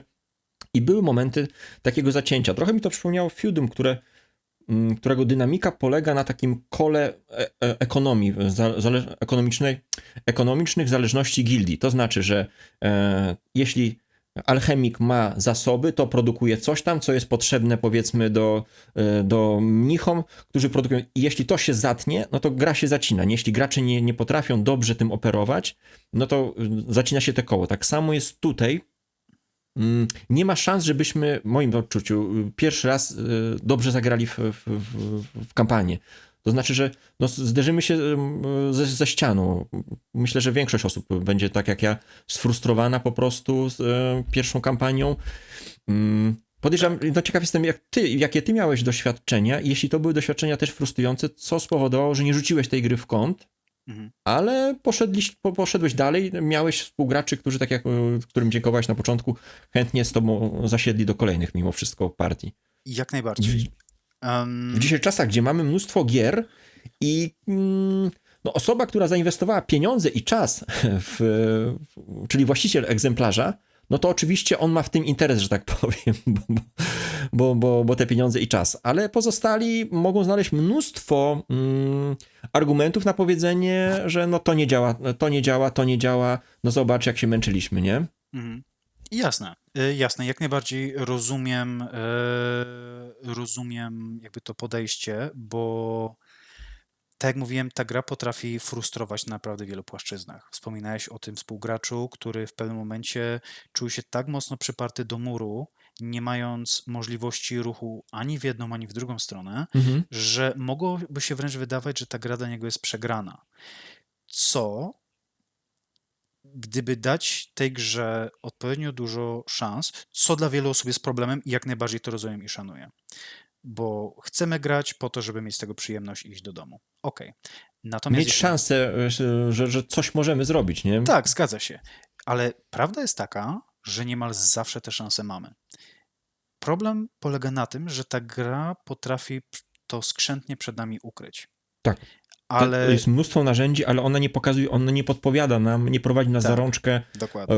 Werlet nazywał bocianimi nogami, takimi ramami, które po prostu nas ograniczają, wsadzają nas w ten tor i no jedziesz tędy, nie? Tak. I być może właśnie dlatego tak mnie fascynują jego gry, bo nie dostaję niczego gotowego na tacy, nie dostaję gotowych rozwiązań. Wręcz przeciwnie, dostaję same problemy, z którymi coraz gorzej sobie radzę. Mam coraz mniej możliwości, jestem coraz bardziej usuwany z tej mapy, jestem coraz bardziej ograbiany ze swoich zasobów kart i co tam jeszcze się w tej grze nie znajduje i czuję coraz większą bezsiłę, czuję coraz większą frustrację, bo zamiast czerpać przyjemność z gry i faktycznie czuć, że mam jakiś wpływ na ten świat, to ja cały czas obrywam po głowie. I faktycznie można odnosić takie wrażenie, i jest to jak najbardziej uzasadnione wrażenie, i można wyciągnąć na temat tej gry, moim zdaniem, przedwczesne wnioski, bo okazuje się, po wielu tych rozegranych kampaniach, czy też grach bazowych, ta gra najprawdopodobniej ma dla nas jakiegoś asa w rękawie, którego zaraz nam w jakiś sprytny sposób przemyci do ręki, to w cudzysłowie oczywiście, bo może to być albo dosłownie, że przyjdzie nam świetna karta, albo coś innego się stanie na planszy i nagle dostrzeżemy swoją szansę na to, żeby zabłysnąć. I zauważyłem, że w większości przypadków właśnie tak się dzieje. Nawet jeśli przyjdzie jakiś zwrot akcji, który być może nie da nam szans na zwycięstwo, ale da nam szansę na to, żeby komuś się odgryźć. I to, prawdę powiedziawszy, jest jedną z tych bardziej takich satysfakcjonujących rzeczy w tej grze. Zawsze mamy jakiś wpływ na tę grę, tylko nie zawsze gra jasno nam pokazuje, w jaki sposób to osiągnąć. Tak, bardzo mi się podoba tutaj, że no widziałem już zwycięstwa, mówię o podstawce, na różne sposoby, na małą ilość miast, na dużą ilość miast. To nie jest Nie ma standardowy area przepisu na to. control, tak, gdzie po prostu musimy się rozbudować i czekać na tą jedną największą bitwę, żeby zdominować planszę. Tu jest miejsce na chytre, cwane zagrania. No i naprawdę jest tutaj też pole do takiego soft power, do takiej bardzo fajnej, miękkiej negocjacji. Znaczy miękkiej i twardej, zależy kto jak podchodzi, ale ostatnio nasza partia w podstawkę wyglądała w ten sposób, że gracz przede mną chciał przejąć inicjatywę 2 kartami. Jest taka możliwość, nie, że przejąć. A bardzo mi zależało, żeby tego nie robił, więc mówię, no dobrze, ale to zobacz, ja mam w ręku 4 karty, jeszcze ty zostaniesz z 1 kartą. Czy na pewno chcesz zostać z 1 kartą jeszcze przez kilka tur? Mhm. No, zawahał się, zastanowił, mówi, no nie, no masz rację, okej, no dobra. To prawda. Jak on mnie później strasznie klął, że on powinien to zrobić. Jak mogłeś mnie tak wciula zrobić, że ja powinienem posłuchać siebie, a nie ciebie. Jak próbowałem rozmawiać z innym już graczem, to nie słuchaj go, niech on się już nie odzywa. Ale na sam koniec ostatniego rozdziału, który już wiedzieliśmy, że będzie ostatni, bo tutaj zazwyczaj na 4. rozdziale się postawka kończy, no doszła mu po prostu tak okrutna czerwona ręka, że zemścił się ta taka właśnie, jak to Nick Cave śpiewał, Red Right Hand po prostu. Ręka pełna pożogi i zniszczenia. Tak jest. I nie dość, że miał mnóstwo czerwonych kart, to jeszcze miał kartę, która pozwala skopiować czerwoną kartę z powrotem do ręki, więc...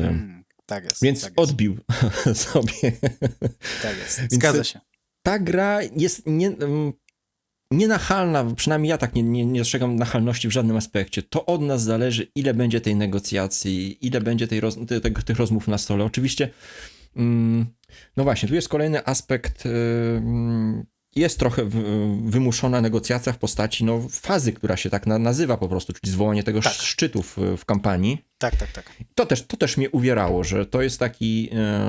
Bo pamiętam, że my często już to pomijaliśmy, nie? W dalszej części kampanii. Dobra, nie chcę, już nie negocjujemy, już lecimy dalej, bijemy się.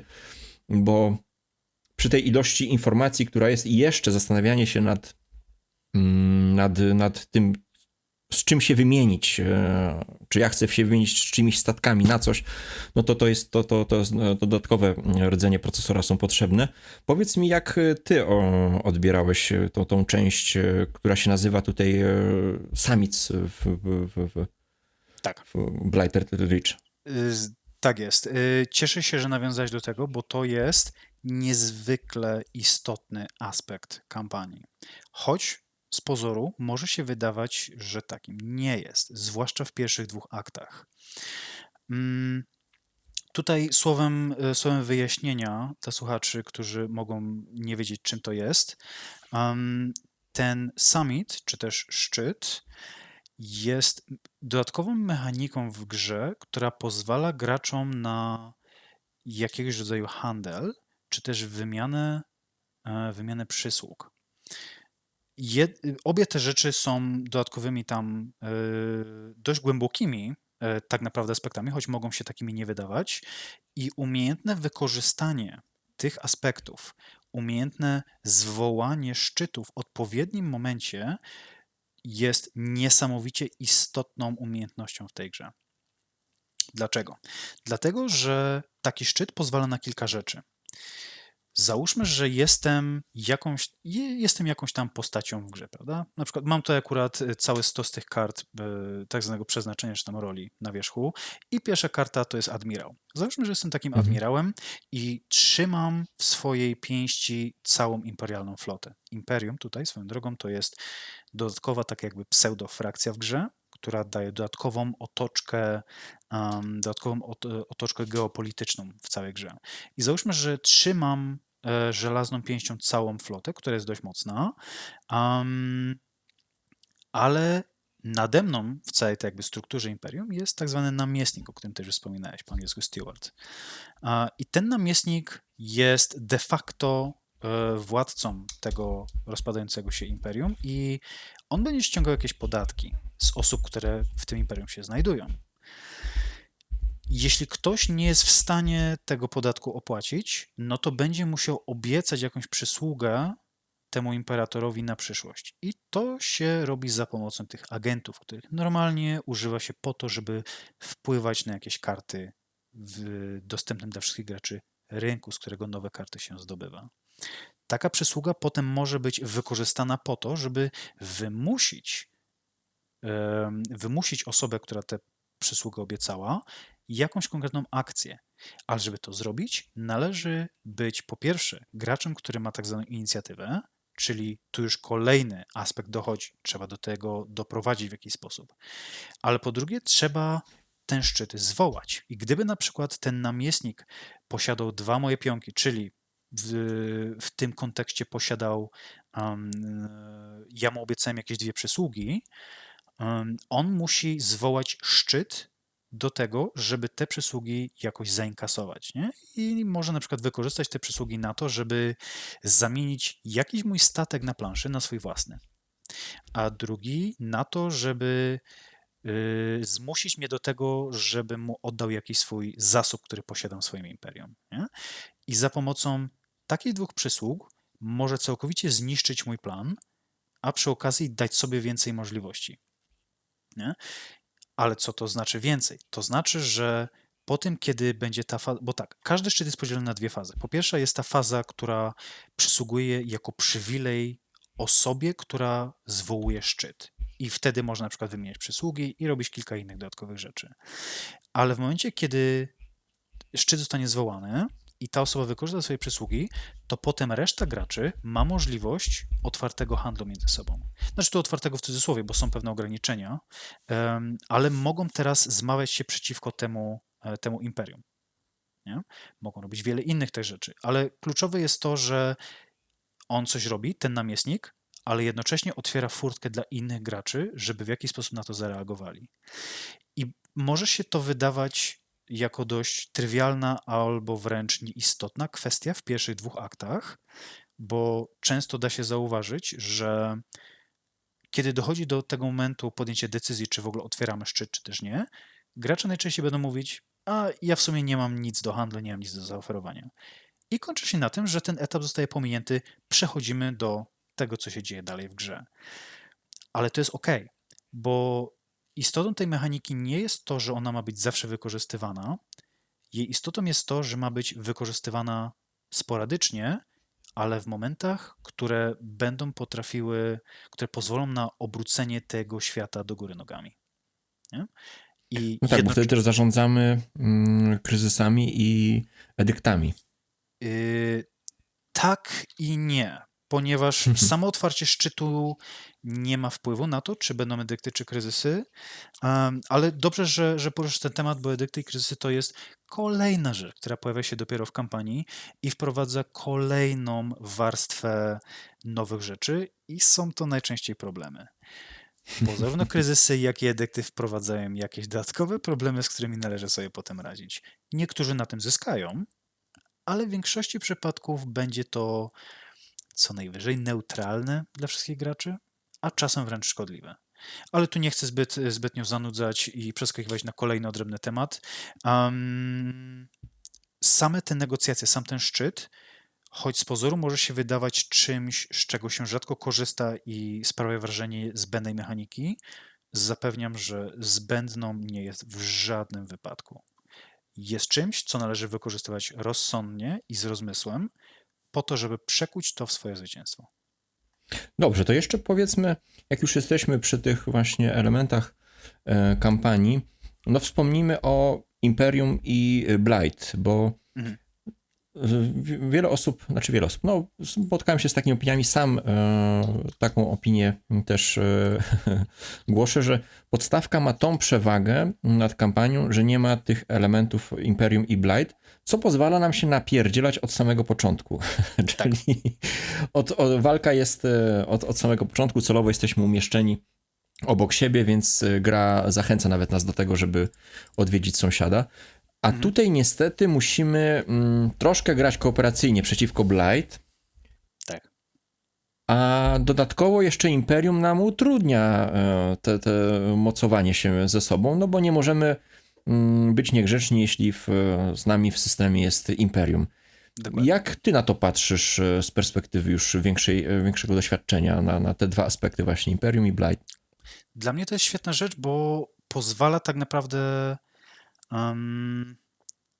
pozwala na dodatkowe mechanizmy zabezpieczające nas przed nagłymi zwrotami sytuacji, kiedy nagle ktoś sprzeciwi się nam i zbrojnie przeciwko nam wystąpi, chowanie się za plecami Imperium może być dobrą taktyką, może być dobrą zagrywką. Tu już oczywiście należałoby w zasadzie wspomnieć o tym, że oczywiście fakt istnienia Imperium oznacza, że pewne osoby w tym Imperium będą, a pewne mogą być poza Imperium. I to znów wywraca do góry nogami troszkę świat gry. Natomiast fajnie tutaj ująłeś, że kiedy Imperium jest przy nas, to musimy być grzeczni. No i właśnie to jest taki kolejny aspekt, który dla mnie wręcz jest troszkę taki humorystyczny, bo słyszałem już wiele takich Określeń. ciekawych określeń na to i w Mhm. zasadzie Shut Up and Sit Down bardzo fajnie o tym mówi, bo mówi o tym, że to Imperium to jest taki nasz tatuś, a my Mhm. jesteśmy krnąbrnymi dziećmi, które gdy tylko kot spuści nas z oka, to my zaczynamy swoje harce. I tak też jest w tej grze. Imperium troszkę nas pilnuje, utrzymuje nas w ryzach i dba o to, żeby były zachowane no jakieś tam prawa, no choćby minimum tej kultury, prawda? Zachowujmy się, skoro już siedzimy przy wspólnym stole. I co to znaczy? To znaczy, że Imperium wprowadza 3 prawa, które obowiązują wszystkich z pewnymi drobnymi wyjątkami, którzy w tym Imperium się znajdują. Po pierwsze, o czym już też wspomniałeś, Imperium daje protekcję. Jeżeli jesteśmy w jakimś systemie, czyli przy jakiejś planecie na przykład, i przy tej planecie znajduje się 2 graczy, plus jakieś tam statki imperialne, które, tak jak wspomniałem wcześniej, Imperium jest taką wirtualną frakcją. Nikt nią tak stricte i bezpośrednio nie kontroluje, ale pewne aspekty gry pozwalają nam na wpływanie na to, co Imperium robi, jak się zachowuje i jak ewoluuje przy okazji. Więc jeśli 2 graczy, czy nawet 3 jest przy jednej planecie, w jednym systemie, Imperium stoi przy nich, no to trzeba zachować te pozory grzeczności. Ale jak tylko to Imperium opuści ten system, no to te prawa przestają obowiązywać, bo nie ma A przy nas samo nie nikogo. opuści, to my musimy Zgadza się, tak. Tu sprawić. już, tu już pomijam, w jaki sposób do tego No dochodzi, prawda? wiem. Bo metody są różne i Mhm. to jest określane w zasadzie przez drugie prawo, które obowiązuje w Imperium, czyli prawo obecności i w zasadzie też trzecie prawo, czyli prawo ruchu. To pierwsze swoją drogą nazywa się prawo rozejmu. Mhm. I dopóki Imperium pilnuje, no to musimy być grzeczni. Jeśli tylko to Imperium zniknie z tego systemu, co może się wydarzyć na wiele różnych sposobów, no to możemy w zasadzie harcować i psocić, ile tylko wlezie. I tak jak wspomniałem wcześniej, chowanie się czasem za plecami taty może być dla nas korzystne, bo wtedy o wiele silniejszy gracz no nie będzie mógł zrobić nam krzywdy, no bo tatuś patrzy. Więc jak dla mnie wprowadza to dodatkowe sposoby na to, żeby się w jakiś sposób zabezpieczyć przed nagłym atakiem. Wprowadza to nowe możliwości narracyjne, jeśli ktoś takie rzeczy lubi. No i wprowadza przede wszystkim to, co mnie się najbardziej podoba, czyli po prostu kolejny problem do rozgryzienia, prawda? No Ja tutaj, lubię, no. no, ja lubię po prostu przysiąść do gry z taką myślą, że to jest kolejna taka zagadka. Może to przywnę takie krzyżówki, jakiegoś sudoku, nie? Ale generalnie celem jest to, że chcę wygrać. Ale to w jaki sposób do tego doprowadzę, no to już jest właśnie ta zagadka, którą należy rozwiązać Czyli za widzę, że pomocą narzędzi. nie ulegasz tej magii opowieści, nie? Bo do tej pory myślałem, że gry no właśnie takie jak Arx to są tylko dla fanboyów, dla osób, którzy chcą mieć RPG na planszy i że ten piękno tej opowieści znika, jak się pojawia potrzeba optymalizacji, nie? Że optymalizacja wygrywa z historią. Mhm. I wtedy ta opowieść się rozjeżdża, ale nie, widzę, że ty traktujesz jako pełnoprawną planszówkę, którą po prostu celem jest wygranie, zdobycie tych punktów, a opowieść jest jednak gdzieś tam obok. To jest no, budujące, że Pewnie, nie jest to pewnie. tylko zabawa w historię, w opowieść. Aczkolwiek na przykład dla mnie Arx ma tą przewagę nad Oath, tylko że Oath też mało grałem, więc to takie jest zdanie bardzo amatorskie, ale grając na przykład tutaj w kampanię w Arxa, byłem tym founderem, czyli osobą, która chciała założyć fundację. I dla mnie miałem cel opuszczenia Imperium, więc to, co zrobiłem na początku, to po prostu zebrałem statki Imperium i rzuciłem ich na zarazę, na Blight, Tak jest. żeby się po prostu powybijali, a żebym ja mógł bezpiecznie opuścić te Imperium. Natomiast w Oath, no tak naprawdę atak na kanclerza nie ma tego pierwiastka właśnie naszego przeznaczenia, nie ma tej opowieści tej wplecionej w sens naszego działania. No jest sens w sensie, jest taki cel po prostu, kanclerz jest celem, trzeba go obalić. No ale dlaczego? No bo tak mówi gra, nie? A tutaj już pojawia się sens działań tych naszych postaci właśnie. Zgadza się. I to, co mi się podoba, co już w zasadzie wcześniej powiedziałem, ale gra nie wymusza na nas tworzenia historii, czy trzymania się tego, co gra nam zaleca. Bo jak już wspomniałeś, na tych kartach ról, tych postaci, które sobie losujemy i wybieramy na nasze gry w kampanii, jest tam jakiś bardzo skrótowy opis tego, co ta postać może sobą reprezentować. I na przykład na karcie Admirała, którą w tej chwili trzymam, jest napisane, że celem jakby tej postaci, jej ambicją jest przywrócenie siły Imperium do jej pierwotnej postaci. I to jest osoba, która skupia się na aspekcie militarnym tego Imperium, bardziej niż na polityce, którą znów interesuje się bardziej namiestnik. To jest osoba, która po prostu chce niszczyć i będzie coraz mocniej zaciskać żelazną pięść na innych graczach. I możesz się tego trzymać, a możesz w ogóle się tego nie trzymać. To, co mi się tu bardzo podoba, to to, że gra daje ci w tej kwestii całkowitą dowolność. Oczywiście w momencie, kiedy otrzymujesz i decydujesz na taką rolę, no to gra daje ci też zestaw konkretnych narzędzi, konkretnych mechanik, Do konkretnych wypełnienia. kart i konkretnych celów do wypełnienia. Oczywiście, więc to nie jest tak, że możesz całkowicie porzucić aspekt militarny, bo to nie o to chodzi. Ale chodzi o to, że jeśli nie masz ochoty, to po prostu skup się na samej warstwie mechanicznej gry, rozwiąż ten problem i spróbuj wygrać. Kropka. Ale jeśli cię to cieszy, jeśli lubisz siedzieć ze znajomymi i na głos opowiadać sobie przylecieliśmy do tego systemu, spotkaliśmy się, imperator Zul IV zaatakował jakiegoś tam kogoś innego. Tu nawet nie będę wymyślał, bo jestem kiepski w takie rzeczy, ale jeśli ktoś ma ochotę w ten sposób się bawić, scena jest twoja. I to jest świetne, bo gry Warlego na to nam pozwalają. Dają nam ogólnikowy zarys tego, co się może dziać, ale co my z tego stworzymy, to już jest nasza sprawa. I tu w zasadzie wspomniałeś też o Oath, w którego też troszkę miałem okazję pograć. Ja swego czasu, kiedy sprzedawałem jakby tę grę znajomym, w sensie, żebyśmy to grali i polecałem tę grę, ja zaopatrzyłem się w takie dodatkowe akcesoria do gry, typu na przykład taka książeczka, która szczerze nawet nie wiem, czy była w sprzedaży w sklepie portalu. Ja ją sprowadzałem z zagranicy dosłownie, bo tak bardzo mi się podał ten aspekt tworzenia historii. Nie? W zasadzie dla mnie to było coś nowego w grach planszowych, więc zafascynowało mnie to i pomyślałem, że dam temu szansę. Sprowadziłem sobie taką książeczkę, zaprezentowałem to wszystkim znajomym, którzy też byli zaciekawieni tą grą i mówiłem, wow, słuchajcie, będziemy mogli rozgrywać swoją kampanię i zapisywać jej wyniki i historie, które się tam działy w tej oto pięknie oprawionej sztuczną skórą książeczce. Nigdy w życiu nie zapisałem w niej ani słowa, bo okazało się, że po prostu nie interesuje mnie to aż tak bardzo.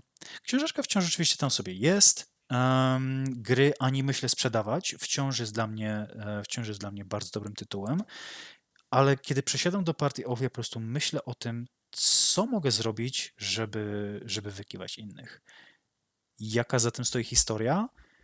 Lubię sobie czasem wewnątrz własnej głowy, tak raczej się z tym nie zdradzając, lubię sobie czasem wyobrazić jakieś tam wielkie bitwy i tak dalej, jakby to wyglądało jako scena, nie wiem, w Gwiezdnych Wojnach, czy bardziej w przypadku Oath, bardziej scena Władcy Pierścieni.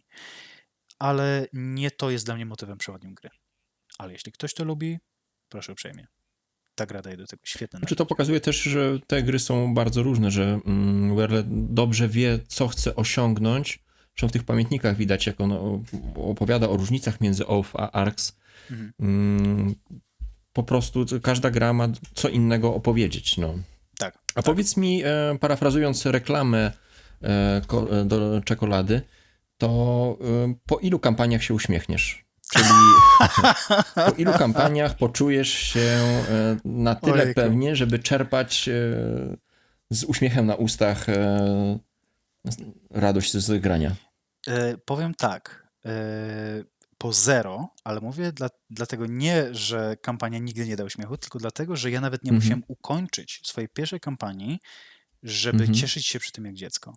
Ja od samego Okej. początku miałem świetną zabawę i choć czasem tego nie widać, bo i tutaj moi znajomi będą mogli to potwierdzić z wieloma dodatkowymi szczegółami, ale mnie ta gra czasem bardzo frustruje. I ja mam taką tendencję, że zacznę narzekać. O matko, zniszczyłeś mi całą grę. Ja już nie mam po co grać. Zrujnowałeś mi cały mój plan. I wiesz, takie typowe narzekanie. Um, czasem faktycznie... Polacy lubią ponarzekać. Oczywiście, że tak. Natomiast to, do czego... to, co warto sobie uświadomić, to to, że odczuwanie emocji wszelakich, czy to grając właśnie w grę, czy w jakiejkolwiek innej rzeczy sytuacji, jest jak najbardziej okej. Pytanie, co my z tymi emocjami zrobimy, nie? Jeżeli ja tą frustrację okażę w taki sposób, że troszkę sobie ponarzekam, ale dla mnie to jest wręcz motywator do tego, żeby pomyśleć jeszcze mocniej, jeszcze bardziej się zastanowić, kurczę, co ja mogę zrobić?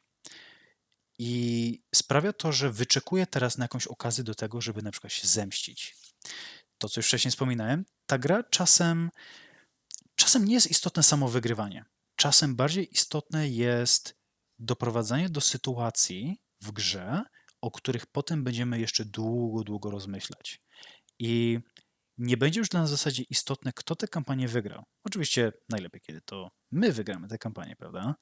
Ale nawet jeśli przegramy, to o wiele dłużej niż fakt zwycięstwa będziemy rozpamiętywać to, jak tej jednej osobie, która kilka razy zrobiła nam jakąś krzywdę w grze, pod sam koniec dokopiemy i wybijemy mu to zwycięstwo z rąk. Zdarzało mi się tak robić? Zdarzało się, że inni robili to mnie. I to może być naprawdę frustrujące. Jak najbardziej się z tym zgadzam, ale należy po prostu mieć świadomość tego, że to wciąż jest tylko gra. I No ale jej... trochę jest tak, że zapamiętujemy najlepiej, najmocniej zapamiętujemy te książki, które mają nieszczęśliwe zakończenie, czy filmy. Mm, mm. Być może. Na tym się akurat nie zastanawiałem. Czy ja myślę nad jakimś filmem, który ma nieszczęśliwe zakończenie? No Mgła, Je... Kinga. Rozmawialiśmy Mgła, o Kingu przed tym. okej, tak. No dobrze, to jest dobry przykład. Natomiast ja lubię generalnie science fiction, dlatego chyba Arx bardziej mi też podszedł do gustu niż Oath. Czekaj, ten autor... Moment, muszę to wyszukać. Jacek Dukaj, autor książki Starość Axolotla. Aha. No. To jest książka, która nie kończy się dobrze. Nie chcę tutaj niczego zdradzać. Dla osób, które lubią klimaty science fiction, wręcz takie apokaliptyczne tematy, które w zasadzie często w tym science fiction się pojawiają, a książki Jacka Dukaja są naprawdę, naprawdę dobre i godne polecenia.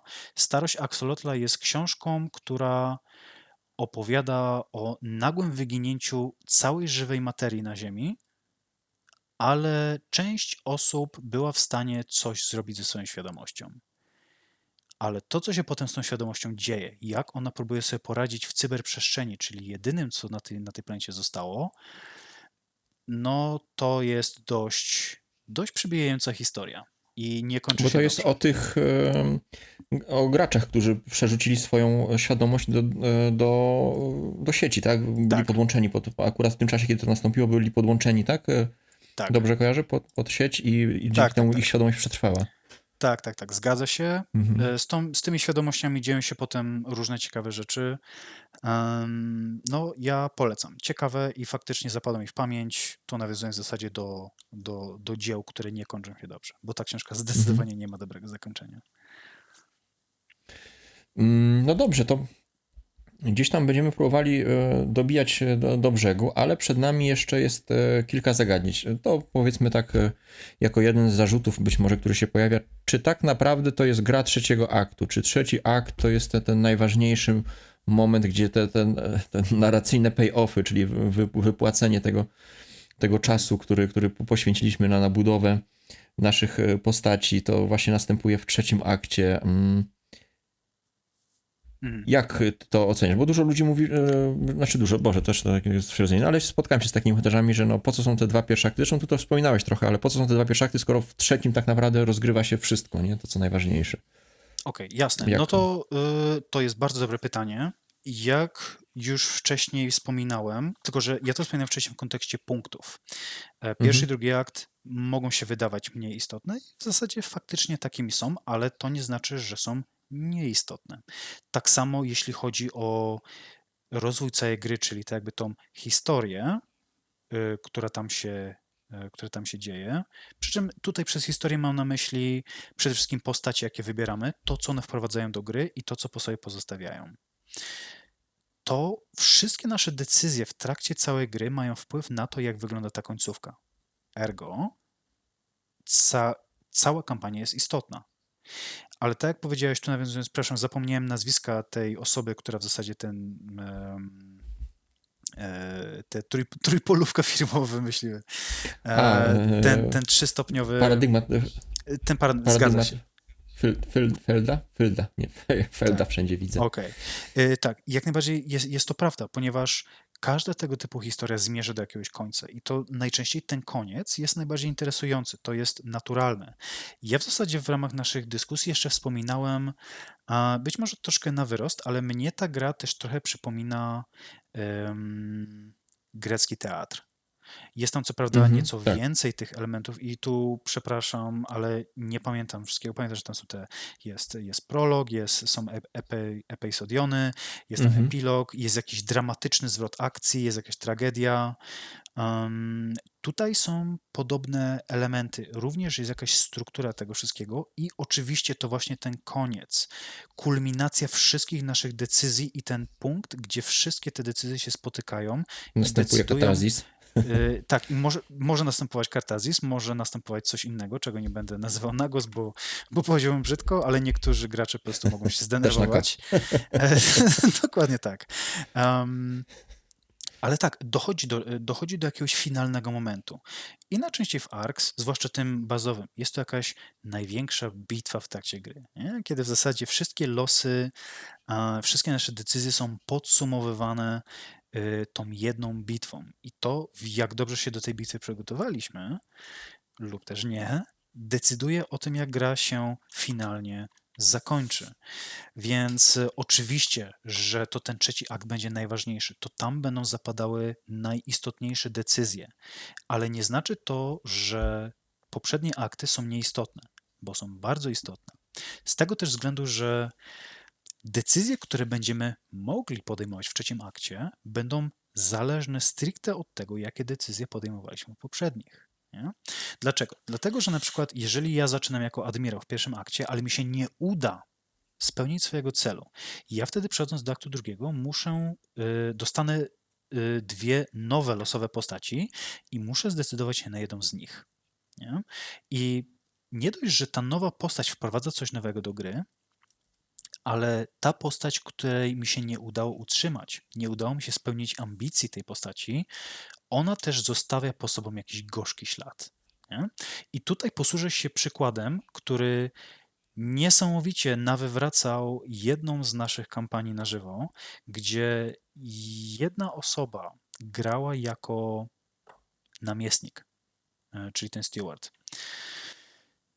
W momencie, kiedy ta rola nie spełni swojego założonego celu, wprowadza do świata gry karty, które mogą sprawić, że imperium zostanie natychmiastowo rozwiązane. I słuchając na przykład, i tutaj też w zasadzie odsyłam do podcastów, kurczę, też wiem jak się oni nazywają, Rąb? jest Rąb ten nowszy, ale wcześniej był Mhm. Spy Space Cats. Cats and Ceros chyba. Polecam ich, jak i właśnie tą nową edycję ROMP. Słuchając jednego z odcinków ROMPu, oni tam wspominali, że nigdy nie doświadczyli sytuacji, gdzie Imperium nagle znika. Nie? Natomiast ja tego doświadczyłem i to było niesamowite, dość rzadkie wydarzenie, bo nie dość, że ktoś musi rozpocząć grę jako namiestnik. Musi tego swojego celu nie dopilnować i przejść do jakiejś innej, nowej ambicji. Te karty wychodzą wtedy do rynku. W przyszłych aktach będą się w tym rynku pojawiały. A gdy się pojawią, to wtedy w pewnym drobnym ułamku przypadków, w przypadku rozpatrywania kryzysów, może dojść do tego, że imperium po prostu znika. I w naszej kampanii tak się właśnie wydarzyło i zależało to tylko i wyłącznie finalnie od jednego rzutu kośćmi. Ten rzut zdecydował, że wszyscy natychmiast opuścili imperium i imperium przestało istnieć. Sytuacja na tyle drastyczna i ciekawa, i oczywiście nieprzewidywana, że zmieniło to całkowicie narrację i w zasadzie też tak jakby meta gry, bo nagle przestają nas obowiązywać pewne zasady gry, pewne mechaniki w ogóle przestaje istnieć, co jeszcze otwarło przed nami nowe ścieżki do zwycięstwa. Jeśli dobrze pamiętam, ja akurat wtedy byłem w dość kiepskiej pozycji punktowo. Udało mi się to imperium reaktywować. Przez to, że je reaktywowałem, stałem się tak zwanym pierwszym regentem imperium, zyskując dostęp do tak zwanego funduszu powierniczego. Ja to tak nazywam, to prawdopodobnie nie będzie oficjalna nazwa w wersji polskiej, więc proszę tym nie sugerować, ale jest tak jakby Ten fundusz... Imperial Trust, tak? Imperial Trust, dokładnie, w wersji angielskiej.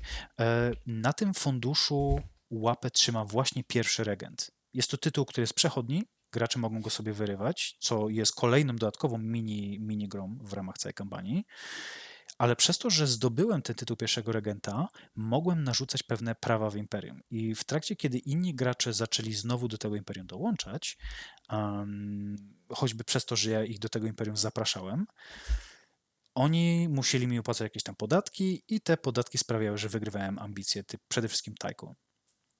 Więc dzieją się tu niesamowite rzeczy i do czego zmierzam?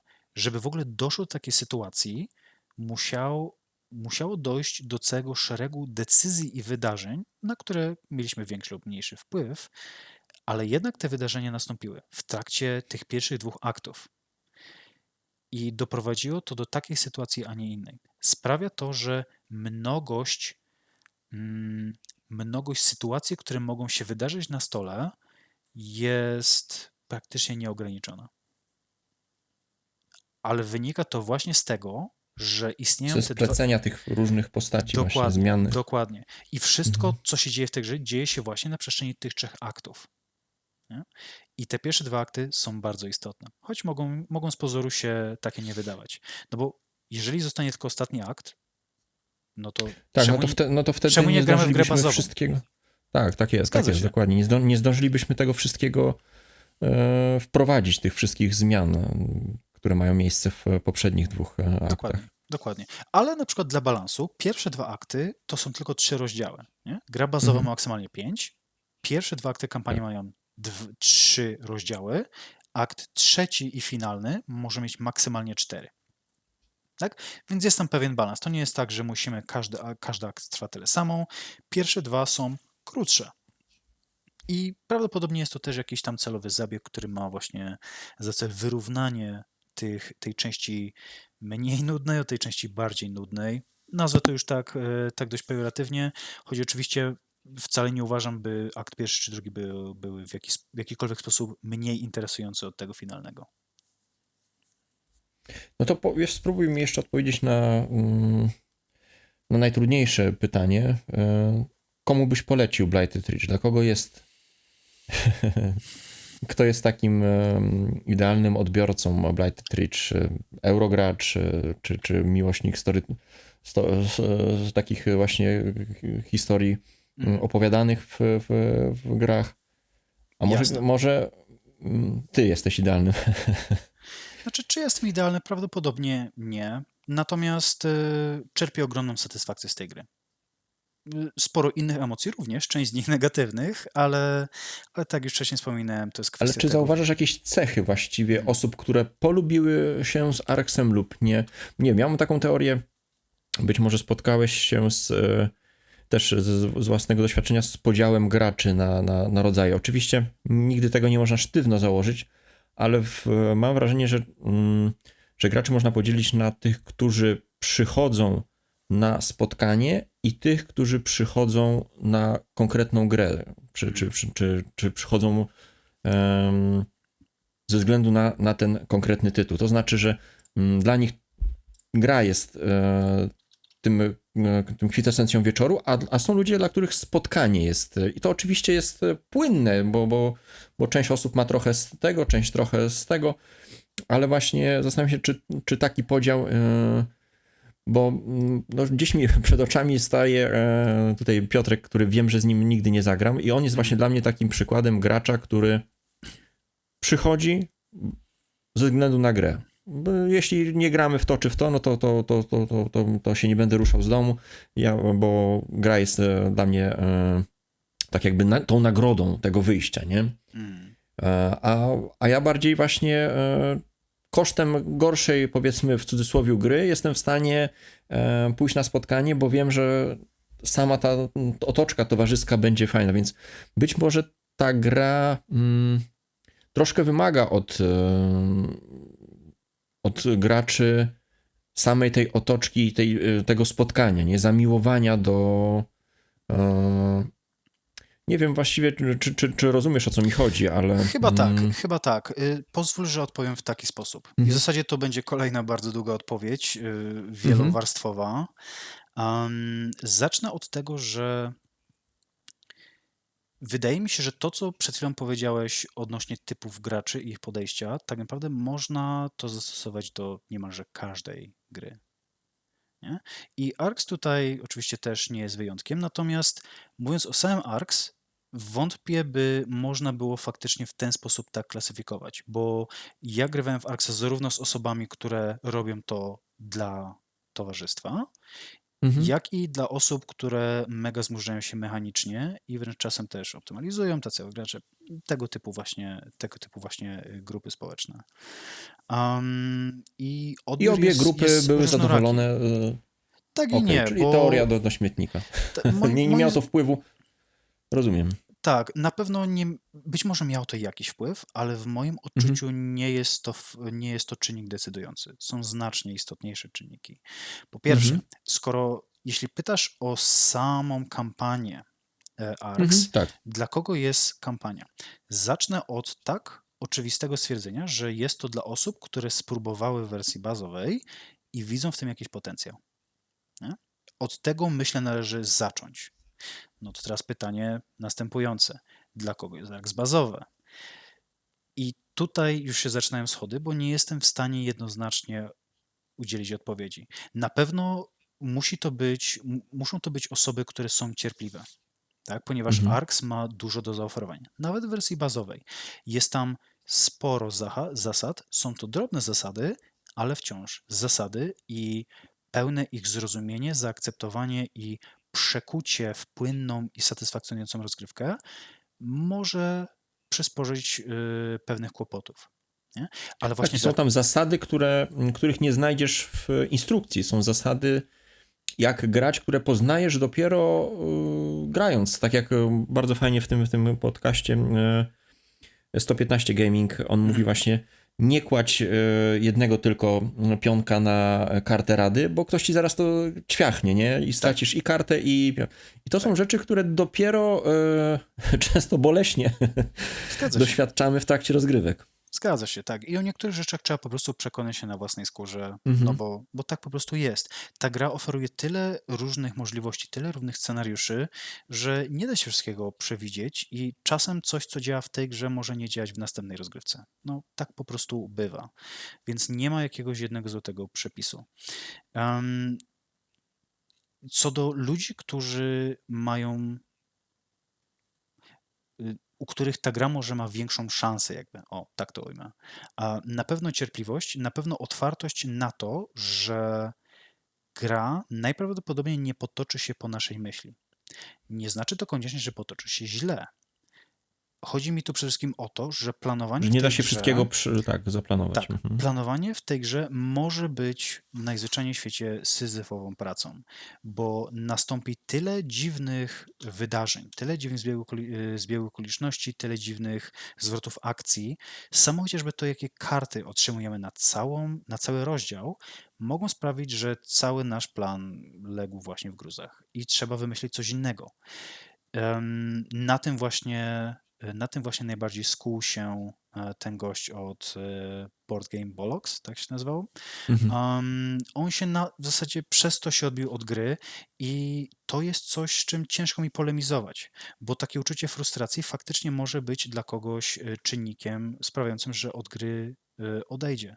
Jest to dla mnie jak najbardziej zrozumiałe. Nie mam na to kontrargumentu, poza tym, że warto dać tej grze więcej niż tylko jedną, dwie czy tam trzy No szanse. ja bym tutaj Dlatego dorzucił grupę osób, które źle się czują w takich otwartych grach, które tak, lubią mieć, stąpać twardo po ziemi, czyli lubią mieć określone bardzo ramy wyznaczone przez projektanta. No tak, tutaj zgadza się. tego nie mamy. Tak, tutaj tego Tutaj nie tak mamy. naprawdę możemy wykończyć przeciwnika w pierwszym rozdziale, czego naprawdę mocno poturbować, no ale to już gracze muszą sami pilnować balansu, także miłośnicy wszelkiego rodzaju paksów i będą tutaj na pewno lepiej się odnajdą niż tacy Tak, miłośnicy typowych gier euro.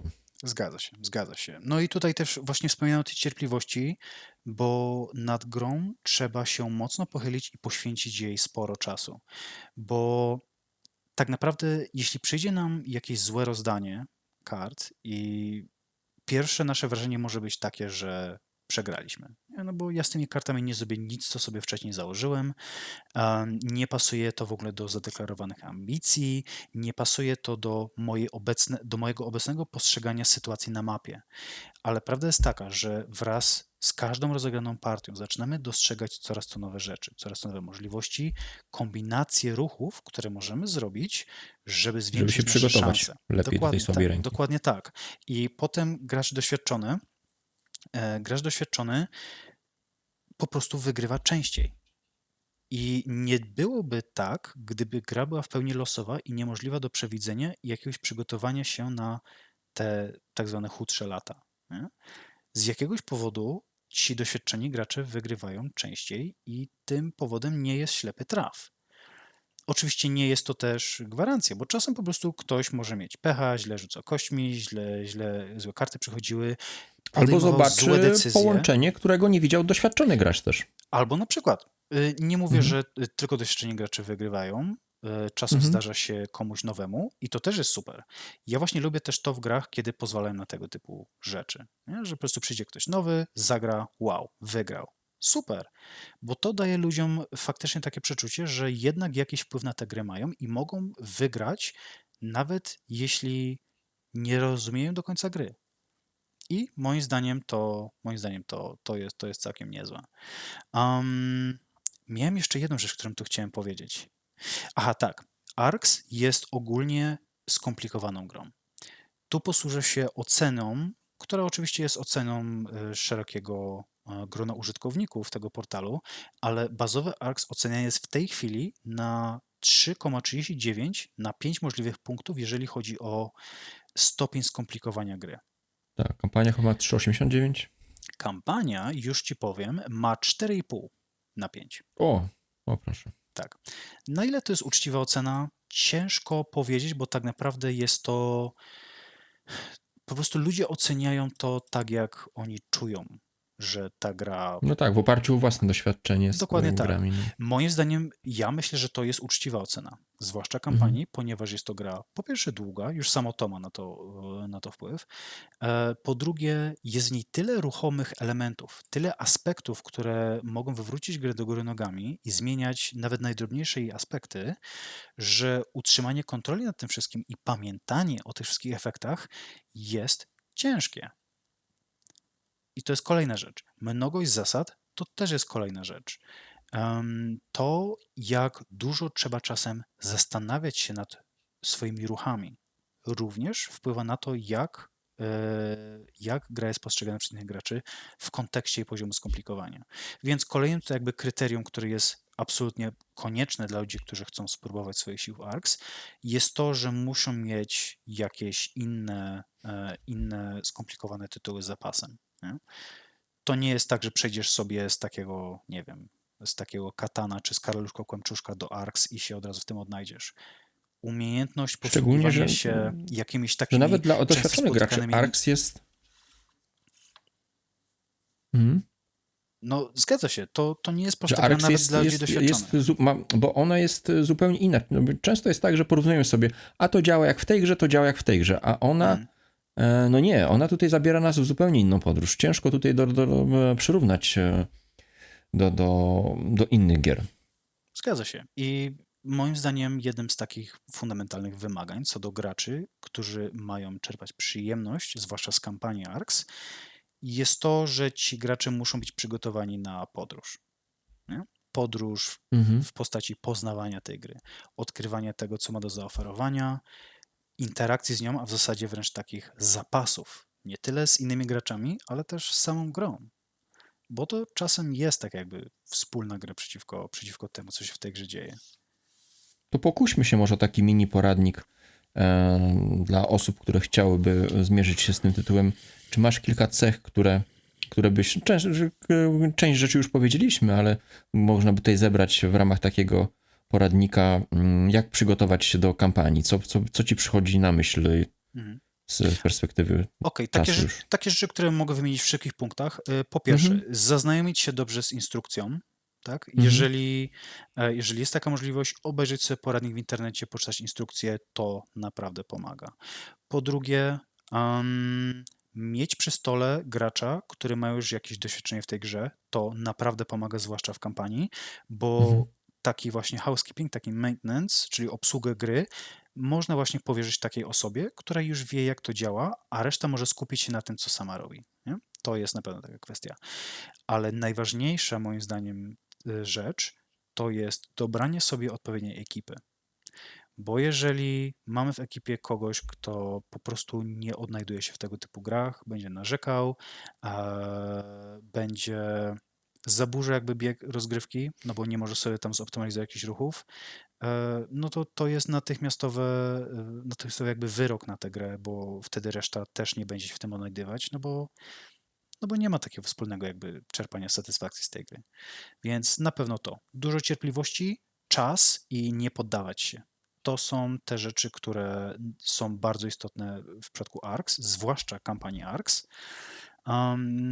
Z mojej strony natomiast mogę obiecać, że jeżeli wszystko to się tej grze zapewni, to ona się odwdzięczy z nawiązką.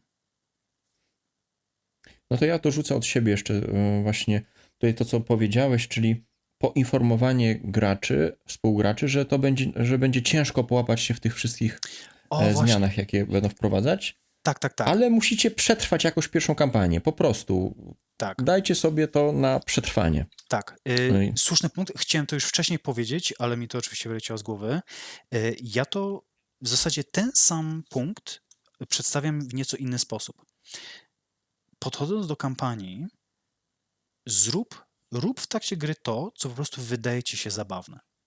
To może nie mieć sensu, ale tak długo, jeżeli jest spójne mechanicznie i nie łamie się żadnych reguł gry i jeżeli po prostu wydaje ci się, że będzie zabawnie coś zrobić, nie? Dla hecy kogoś zaatakować, dla hecy ogłosić taką ambicję i zobaczyć, co się stanie, zrób to. No właśnie, ja tu też mam taki pomysł, też mi się tutaj gdzieś skojarzyło, że rzuć ambicję, na której zależy nie tobie, tylko pozostałym graczom. I zobaczysz, jak te gołąbki, którym rzucasz okruszki chleba, jak zaczynają się bić o ten okruszek. I zobaczysz, co wtedy ty możesz zrobić w tym czasie, kiedy oni się biją o tą ambicję. Więc ta gra pozwala na właśnie takie bardzo fajne, ciekawe eksperymenty, które no, później przekładają się na doświadczenie. Tak, zgadza się. Więc po prostu trzeba grze dać taką szansę, że zrób coś, co po prostu sprawi, że zaspokoisz jakąś swoją Będzie ciekawość, zabawnie. ubawisz się, będzie zabawnie. Dokładnie o to chodzi. Ta gra zachęca do tego typu odkrywania jej, bo ma tyle do zaoferowania i są to rzeczy na tyle skomplikowane, że od czegoś trzeba zacząć. Więc jeżeli ktoś ma takie podejście typowe Eurosowe, że będzie min-maxować i starać To się nie. To wycisnąć jak najwięcej tutaj punktów, to będzie bariera. Zarówno dla tej osoby, jak i I całej to, i reszty, to bo go będzie bardzo zaboli, bo ta gra się obróci o 360 stopni, 184, 120 w trzecim akcie i on będzie sfrustrowany, że tyle czasu poświęcił na optymalizację ruchów, a to się posypało, więc dużo większe doświadczenie wyciągniecie z kolejnej kampanii zagranej w miarę krótkim odstępie czasu, nawet szybciej niż rozciągnięcie tej jednej kampanii na wielogodzinny tasiemiec, który będzie was tylko męczył, więc grajcie Tak. szybko, Zgadza jak się. rewolwerowcy po prostu. No. Zgadza I się. nie 3 części od razu jednego dnia, to absolutnie odradzam. Również odradzam. Raz zagrałem jedną kampanię całą w Ło. jeden wieczór, w jedną noc i nigdy więcej. Co Mm. najwyżej mogę się zgodzić na pierwsze 2 akty jednego dnia, ale to i tak jest w zasadzie większość dnia poświęcona na to i finał jakiegoś innego dnia, bo do tego już trzeba podejść ze świeżym mózgiem. No i tak, po prostu dać grze szansę, ale trochę jakby popuścić wodze fantazji. I Nie zobacz, siadaj do kampanii po jednej rozgrywce, tak jest napisane w instrukcji, tylko po 10 partiach. Daj sobie spokojnie czas na zgłębienie podstawki, to o czym mówiliśmy właśnie na początku. zgadza się, natomiast to, co ja mówię, to nie tyczy się stricte kampanii. Oczywiście przede wszystkim kampanii, bo to ona jest najbardziej skomplikowana, ale sama gra bazowa również ma na tyle dużo do zaoferowania, że warto do niej podejść na luzie i po prostu zobaczyć, co się stanie, jak zrobisz to, a co się stanie, jak zrobisz tamto. Nie? Daj tej grze szansę i zrób sobie jakiś problem, zidentyfikuj ten problem, typu zła ręka, i co możesz na ten problem poradzić? Jak możesz to obrócić, jeśli nie w swoje zwycięstwo, to przynajmniej w jakąś przeszkadzajkę dla innych, nie? No bo skoro tobie jest ciężko, to Jeśli dlaczego jesteś, innym ma być łatwo? jeśli jesteś osobą, która wprowadza w tę grę, to za cel uznaj sobie to, że żeby zasiać ziarenko zaciekawienia w pozostałych graczach. To, o czym właśnie mówiłeś, Tak. czyli zrobienie czegoś zabawnego, czegoś dziwnego, fantastycznego, to pozwoli zasiać za ziarenko zainteresowania, które rozwinie być może w kolejnych kampaniach. Bo to tylko tak naprawdę chodzi, mam wrażenie, w pierwszej kampanii, żeby ona przeszła w miarę sprawnie. No ta osoba, która siedzi obok, która zna zasady, to jest super wtedy gwarant dobrej zabawy. No Ale może właśnie, nie gwarant, ale tak. żeby ludzie o tym myśleli, że kurczę, no tu można było postąpić troszkę inaczej. O, to było fajne, to co się wydarzyło. Tak. I z tego rodzi się chęć do kolejnych partii, mimo jakichś tam frustracji, które się na pewno pojawią.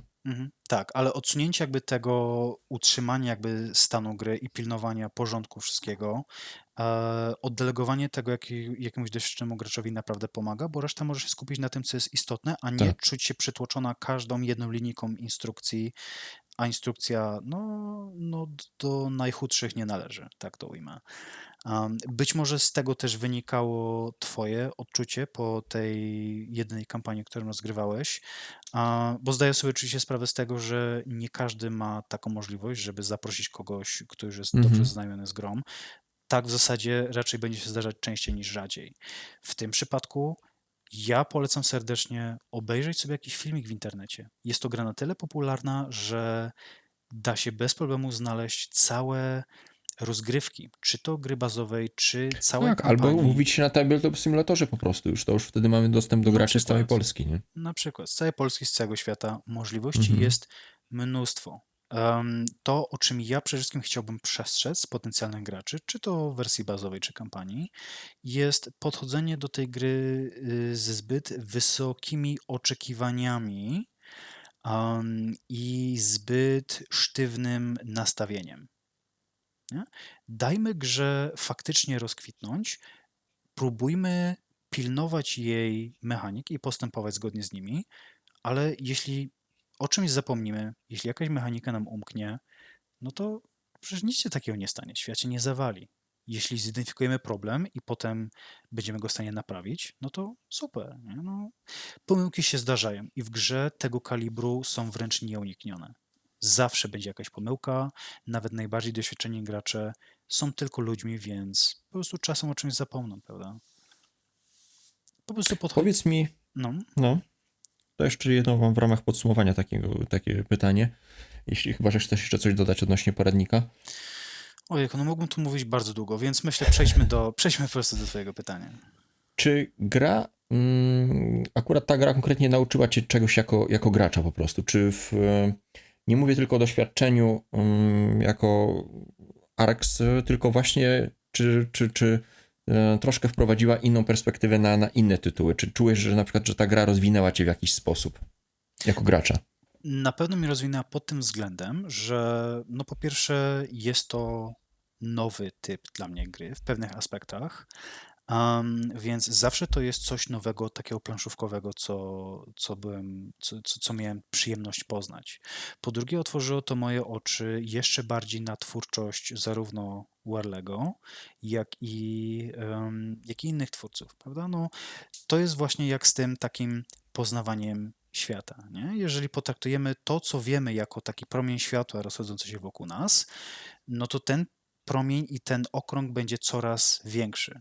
Ale łącznie z tym, faktem też jest, że obwód tego koła będzie również coraz większy. I tym obwodem jest nasza ignorancja, to czego nie wiemy. Im więcej poznajemy, tym więcej dowiadujemy się, że jest jeszcze więcej rzeczy, których nie wiemy. I ta gra pozwoliła mi poznać kolejne tytuły. Czy to przez asocjację związaną z samą tematyką, czy to science fiction, czy jakimiś tick-tickerami, co też powiązania autorów. Nie? To pozwoliło mi na przykład spojrzeć jeszcze ciekawiej na inne tytuły Cola Warlego. Typu na przykład Molly House, który właśnie dzisiaj otrzymałem. Jestem niesamowicie zafascynowany tą grą, ale to nastąpiło niedawno. Wcześniej jakoś ten tytuł mnie zbytnio nie interesował i dopiero kiedy zacząłem się bardziej pochylać nad tą twórczością Warlego, to nagle sobie myślałem, kurczę, może ta gra jednak będzie ciekawa. I faktycznie No, ciekaw jestem jest. opinii. Ja zrezygnowałem, ale ciekaw jestem twoich doświadczeń Więc kilku rozgrywkach. na pewno coś takiego. Pozwala mi to po prostu odkrywać nowe rzeczy. Pozwoliło mi to odkryć serię książek Jamesa S. A. Corey, jeśli dobrze pamiętam, pod tytułem The Expanse. Fantastyczna seria science fiction. Polecam serdecznie. Nie przebrnąłem jeszcze przez wszystkie tomy, a jest, jeśli dobrze pamiętam, 9, więc naprawdę bardzo obszerna opowieść. Świetnie napisana i o tym wspominał też chyba właśnie 115 Gaming. Tak. Jedna z podstaw tak jakby inspiracyjnych do przede wszystkim ról, które pojawiają się w kampanijnym Arksie. A już tak podsumowując finalnie, co ta gra dla mnie zrobiła pozytywnego, jak już wspominałem, to jest dość frustrująca gra i każdy będzie to odczuwał. Nie ma osób, które są niewrażliwe na tego typu emocje. Każdy prędzej czy później się zdenerwuje, zirytuje i będzie chciał wręcz odejść od gry. Mnie ta gra pozwala też troszkę pracować nad samym sobą, nad takim moim trochę poker face'em, czy to przy grach, czy w życiu. Także mówię to trochę jak taki trener personalny i taki mówca inspiracyjny, czy jak to się tam nazywa, ale taka jest prawda. Jest to kolejna rzecz, którą mogę wykorzystać do tego, żeby pracować też nad samym sobą i też przy okazji po prostu pogłębiać znajomości, poznawać nowych ludzi. Tak jak mówiłem, mam przewspaniałą ekipę do grania w ARX oraz inne gry. Jeszcze raz Olu, Kasiu, Kamilu, bardzo wam dziękuję za czas spędzony ze mną przy tej i wielu innych grach. Mam nadzieję, że przed nami jeszcze tysiące godzin spędzonych razem przy stole nad planszą i choćby tylko i wyłącznie z tego powodu jestem zadowolony z tego, że trafiłem na ARX. Fajnie, miło to słyszeć. No i co? No, dziękujemy serdecznie tym, którzy wytrwali z nami tutaj do końca. Mam nadzieję, że wam się podobało. Mi się słuchało tego naprawdę, naprawdę fajnie i otwiera to jednak oczy i zachęca do dalszego zgłębiania tego tytułu mimo pierwszych tych trudności. No mam nadzieję, że uda nam się jeszcze nagrać coś więcej, bo tutaj no nawet można by nagrać, tak jak wspominałeś, cały odcinek o poszczególnych postaciach, które mamy tutaj w kampanii Blight Ridge. No ale to, Boże, no cały świat stoi przed nami otworem, więc myślę, że jeśli będzie siła i chęci, to się uda. Na pewno chciałbym jeszcze Dead by Daylight omówić, bo to jest ciekawy tytuł. No i zaskoczyłeś mnie, że nie wspomniałeś w twojej topce gier kamieni filozoficznych żadnej takiej typowo społecznej gry, bo wiem, że tak samo jak ja lubisz tego typu tytuły, więc tu też można by się kiedyś pochylić nad takimi tytułami jak no, czy Krew na wieży zegara, tak? I tym podobnych tytułach jak Avalon i tym podobne. Jasne. Więc Musiałem się do tematów jest czegoś... sporo. Jasne, musiałem się do Ograniczyć. czegoś ograniczyć, a te 3 gry na wielu płaszczyznach dały mi coś ciekawego, jakieś nowe doznania, więc ograniczyłem się do tych 3. Faktem natomiast jest, że no, istnieje o wiele więcej typów gier i samych tytułów, które uwielbiam. Typu właśnie gry typu dedukcja No socjalna, typowo jak to się nazywa towarzyskie, właśnie z można angielskiego. powiedzieć, nie? Gry towarzyskie, zgadza się. O tym też można by opowiadać długo i z chęcią to zrobię. Natomiast co do jeszcze samego ARX, no o tej grze mogę opowiadać również bardzo długo, o czym słuchacze prawdopodobnie się boleśnie przez ostatnie 2 godziny przekonali. Przepraszam tutaj też za to, że czasem skaczę po tematach i mówię dość chaotycznie, ale ARX to jest tak głęboka studnia, No ale że to właśnie wiedziałem, że nam się nie uda tego po sznurku, że tak powiem, oj, nie da się, poprowadzić, no bo nie da się. tu jest za dużo elementów Tak. tak naprawdę łączących się ze sobą, no Tak. ale i tak mam nadzieję, że wyszło to w miarę czytelnie i jasno. Jeśli coś będzie niejasne, to proszę pytać, chętnie odpowiem. No a was serdecznie zapraszam do pozostania z nami. Także dzięki serdecznie Irek Jasne. i Bardzo dziękuję. Przemile spędzony czas. Mam nadzieję, że ktoś z tego skorzysta i być może nieco przychylniej spojrzy na ten wspaniały tytuł. Ja polecam, dziękuję wszystkim i pozdrawiam serdecznie. hej hej.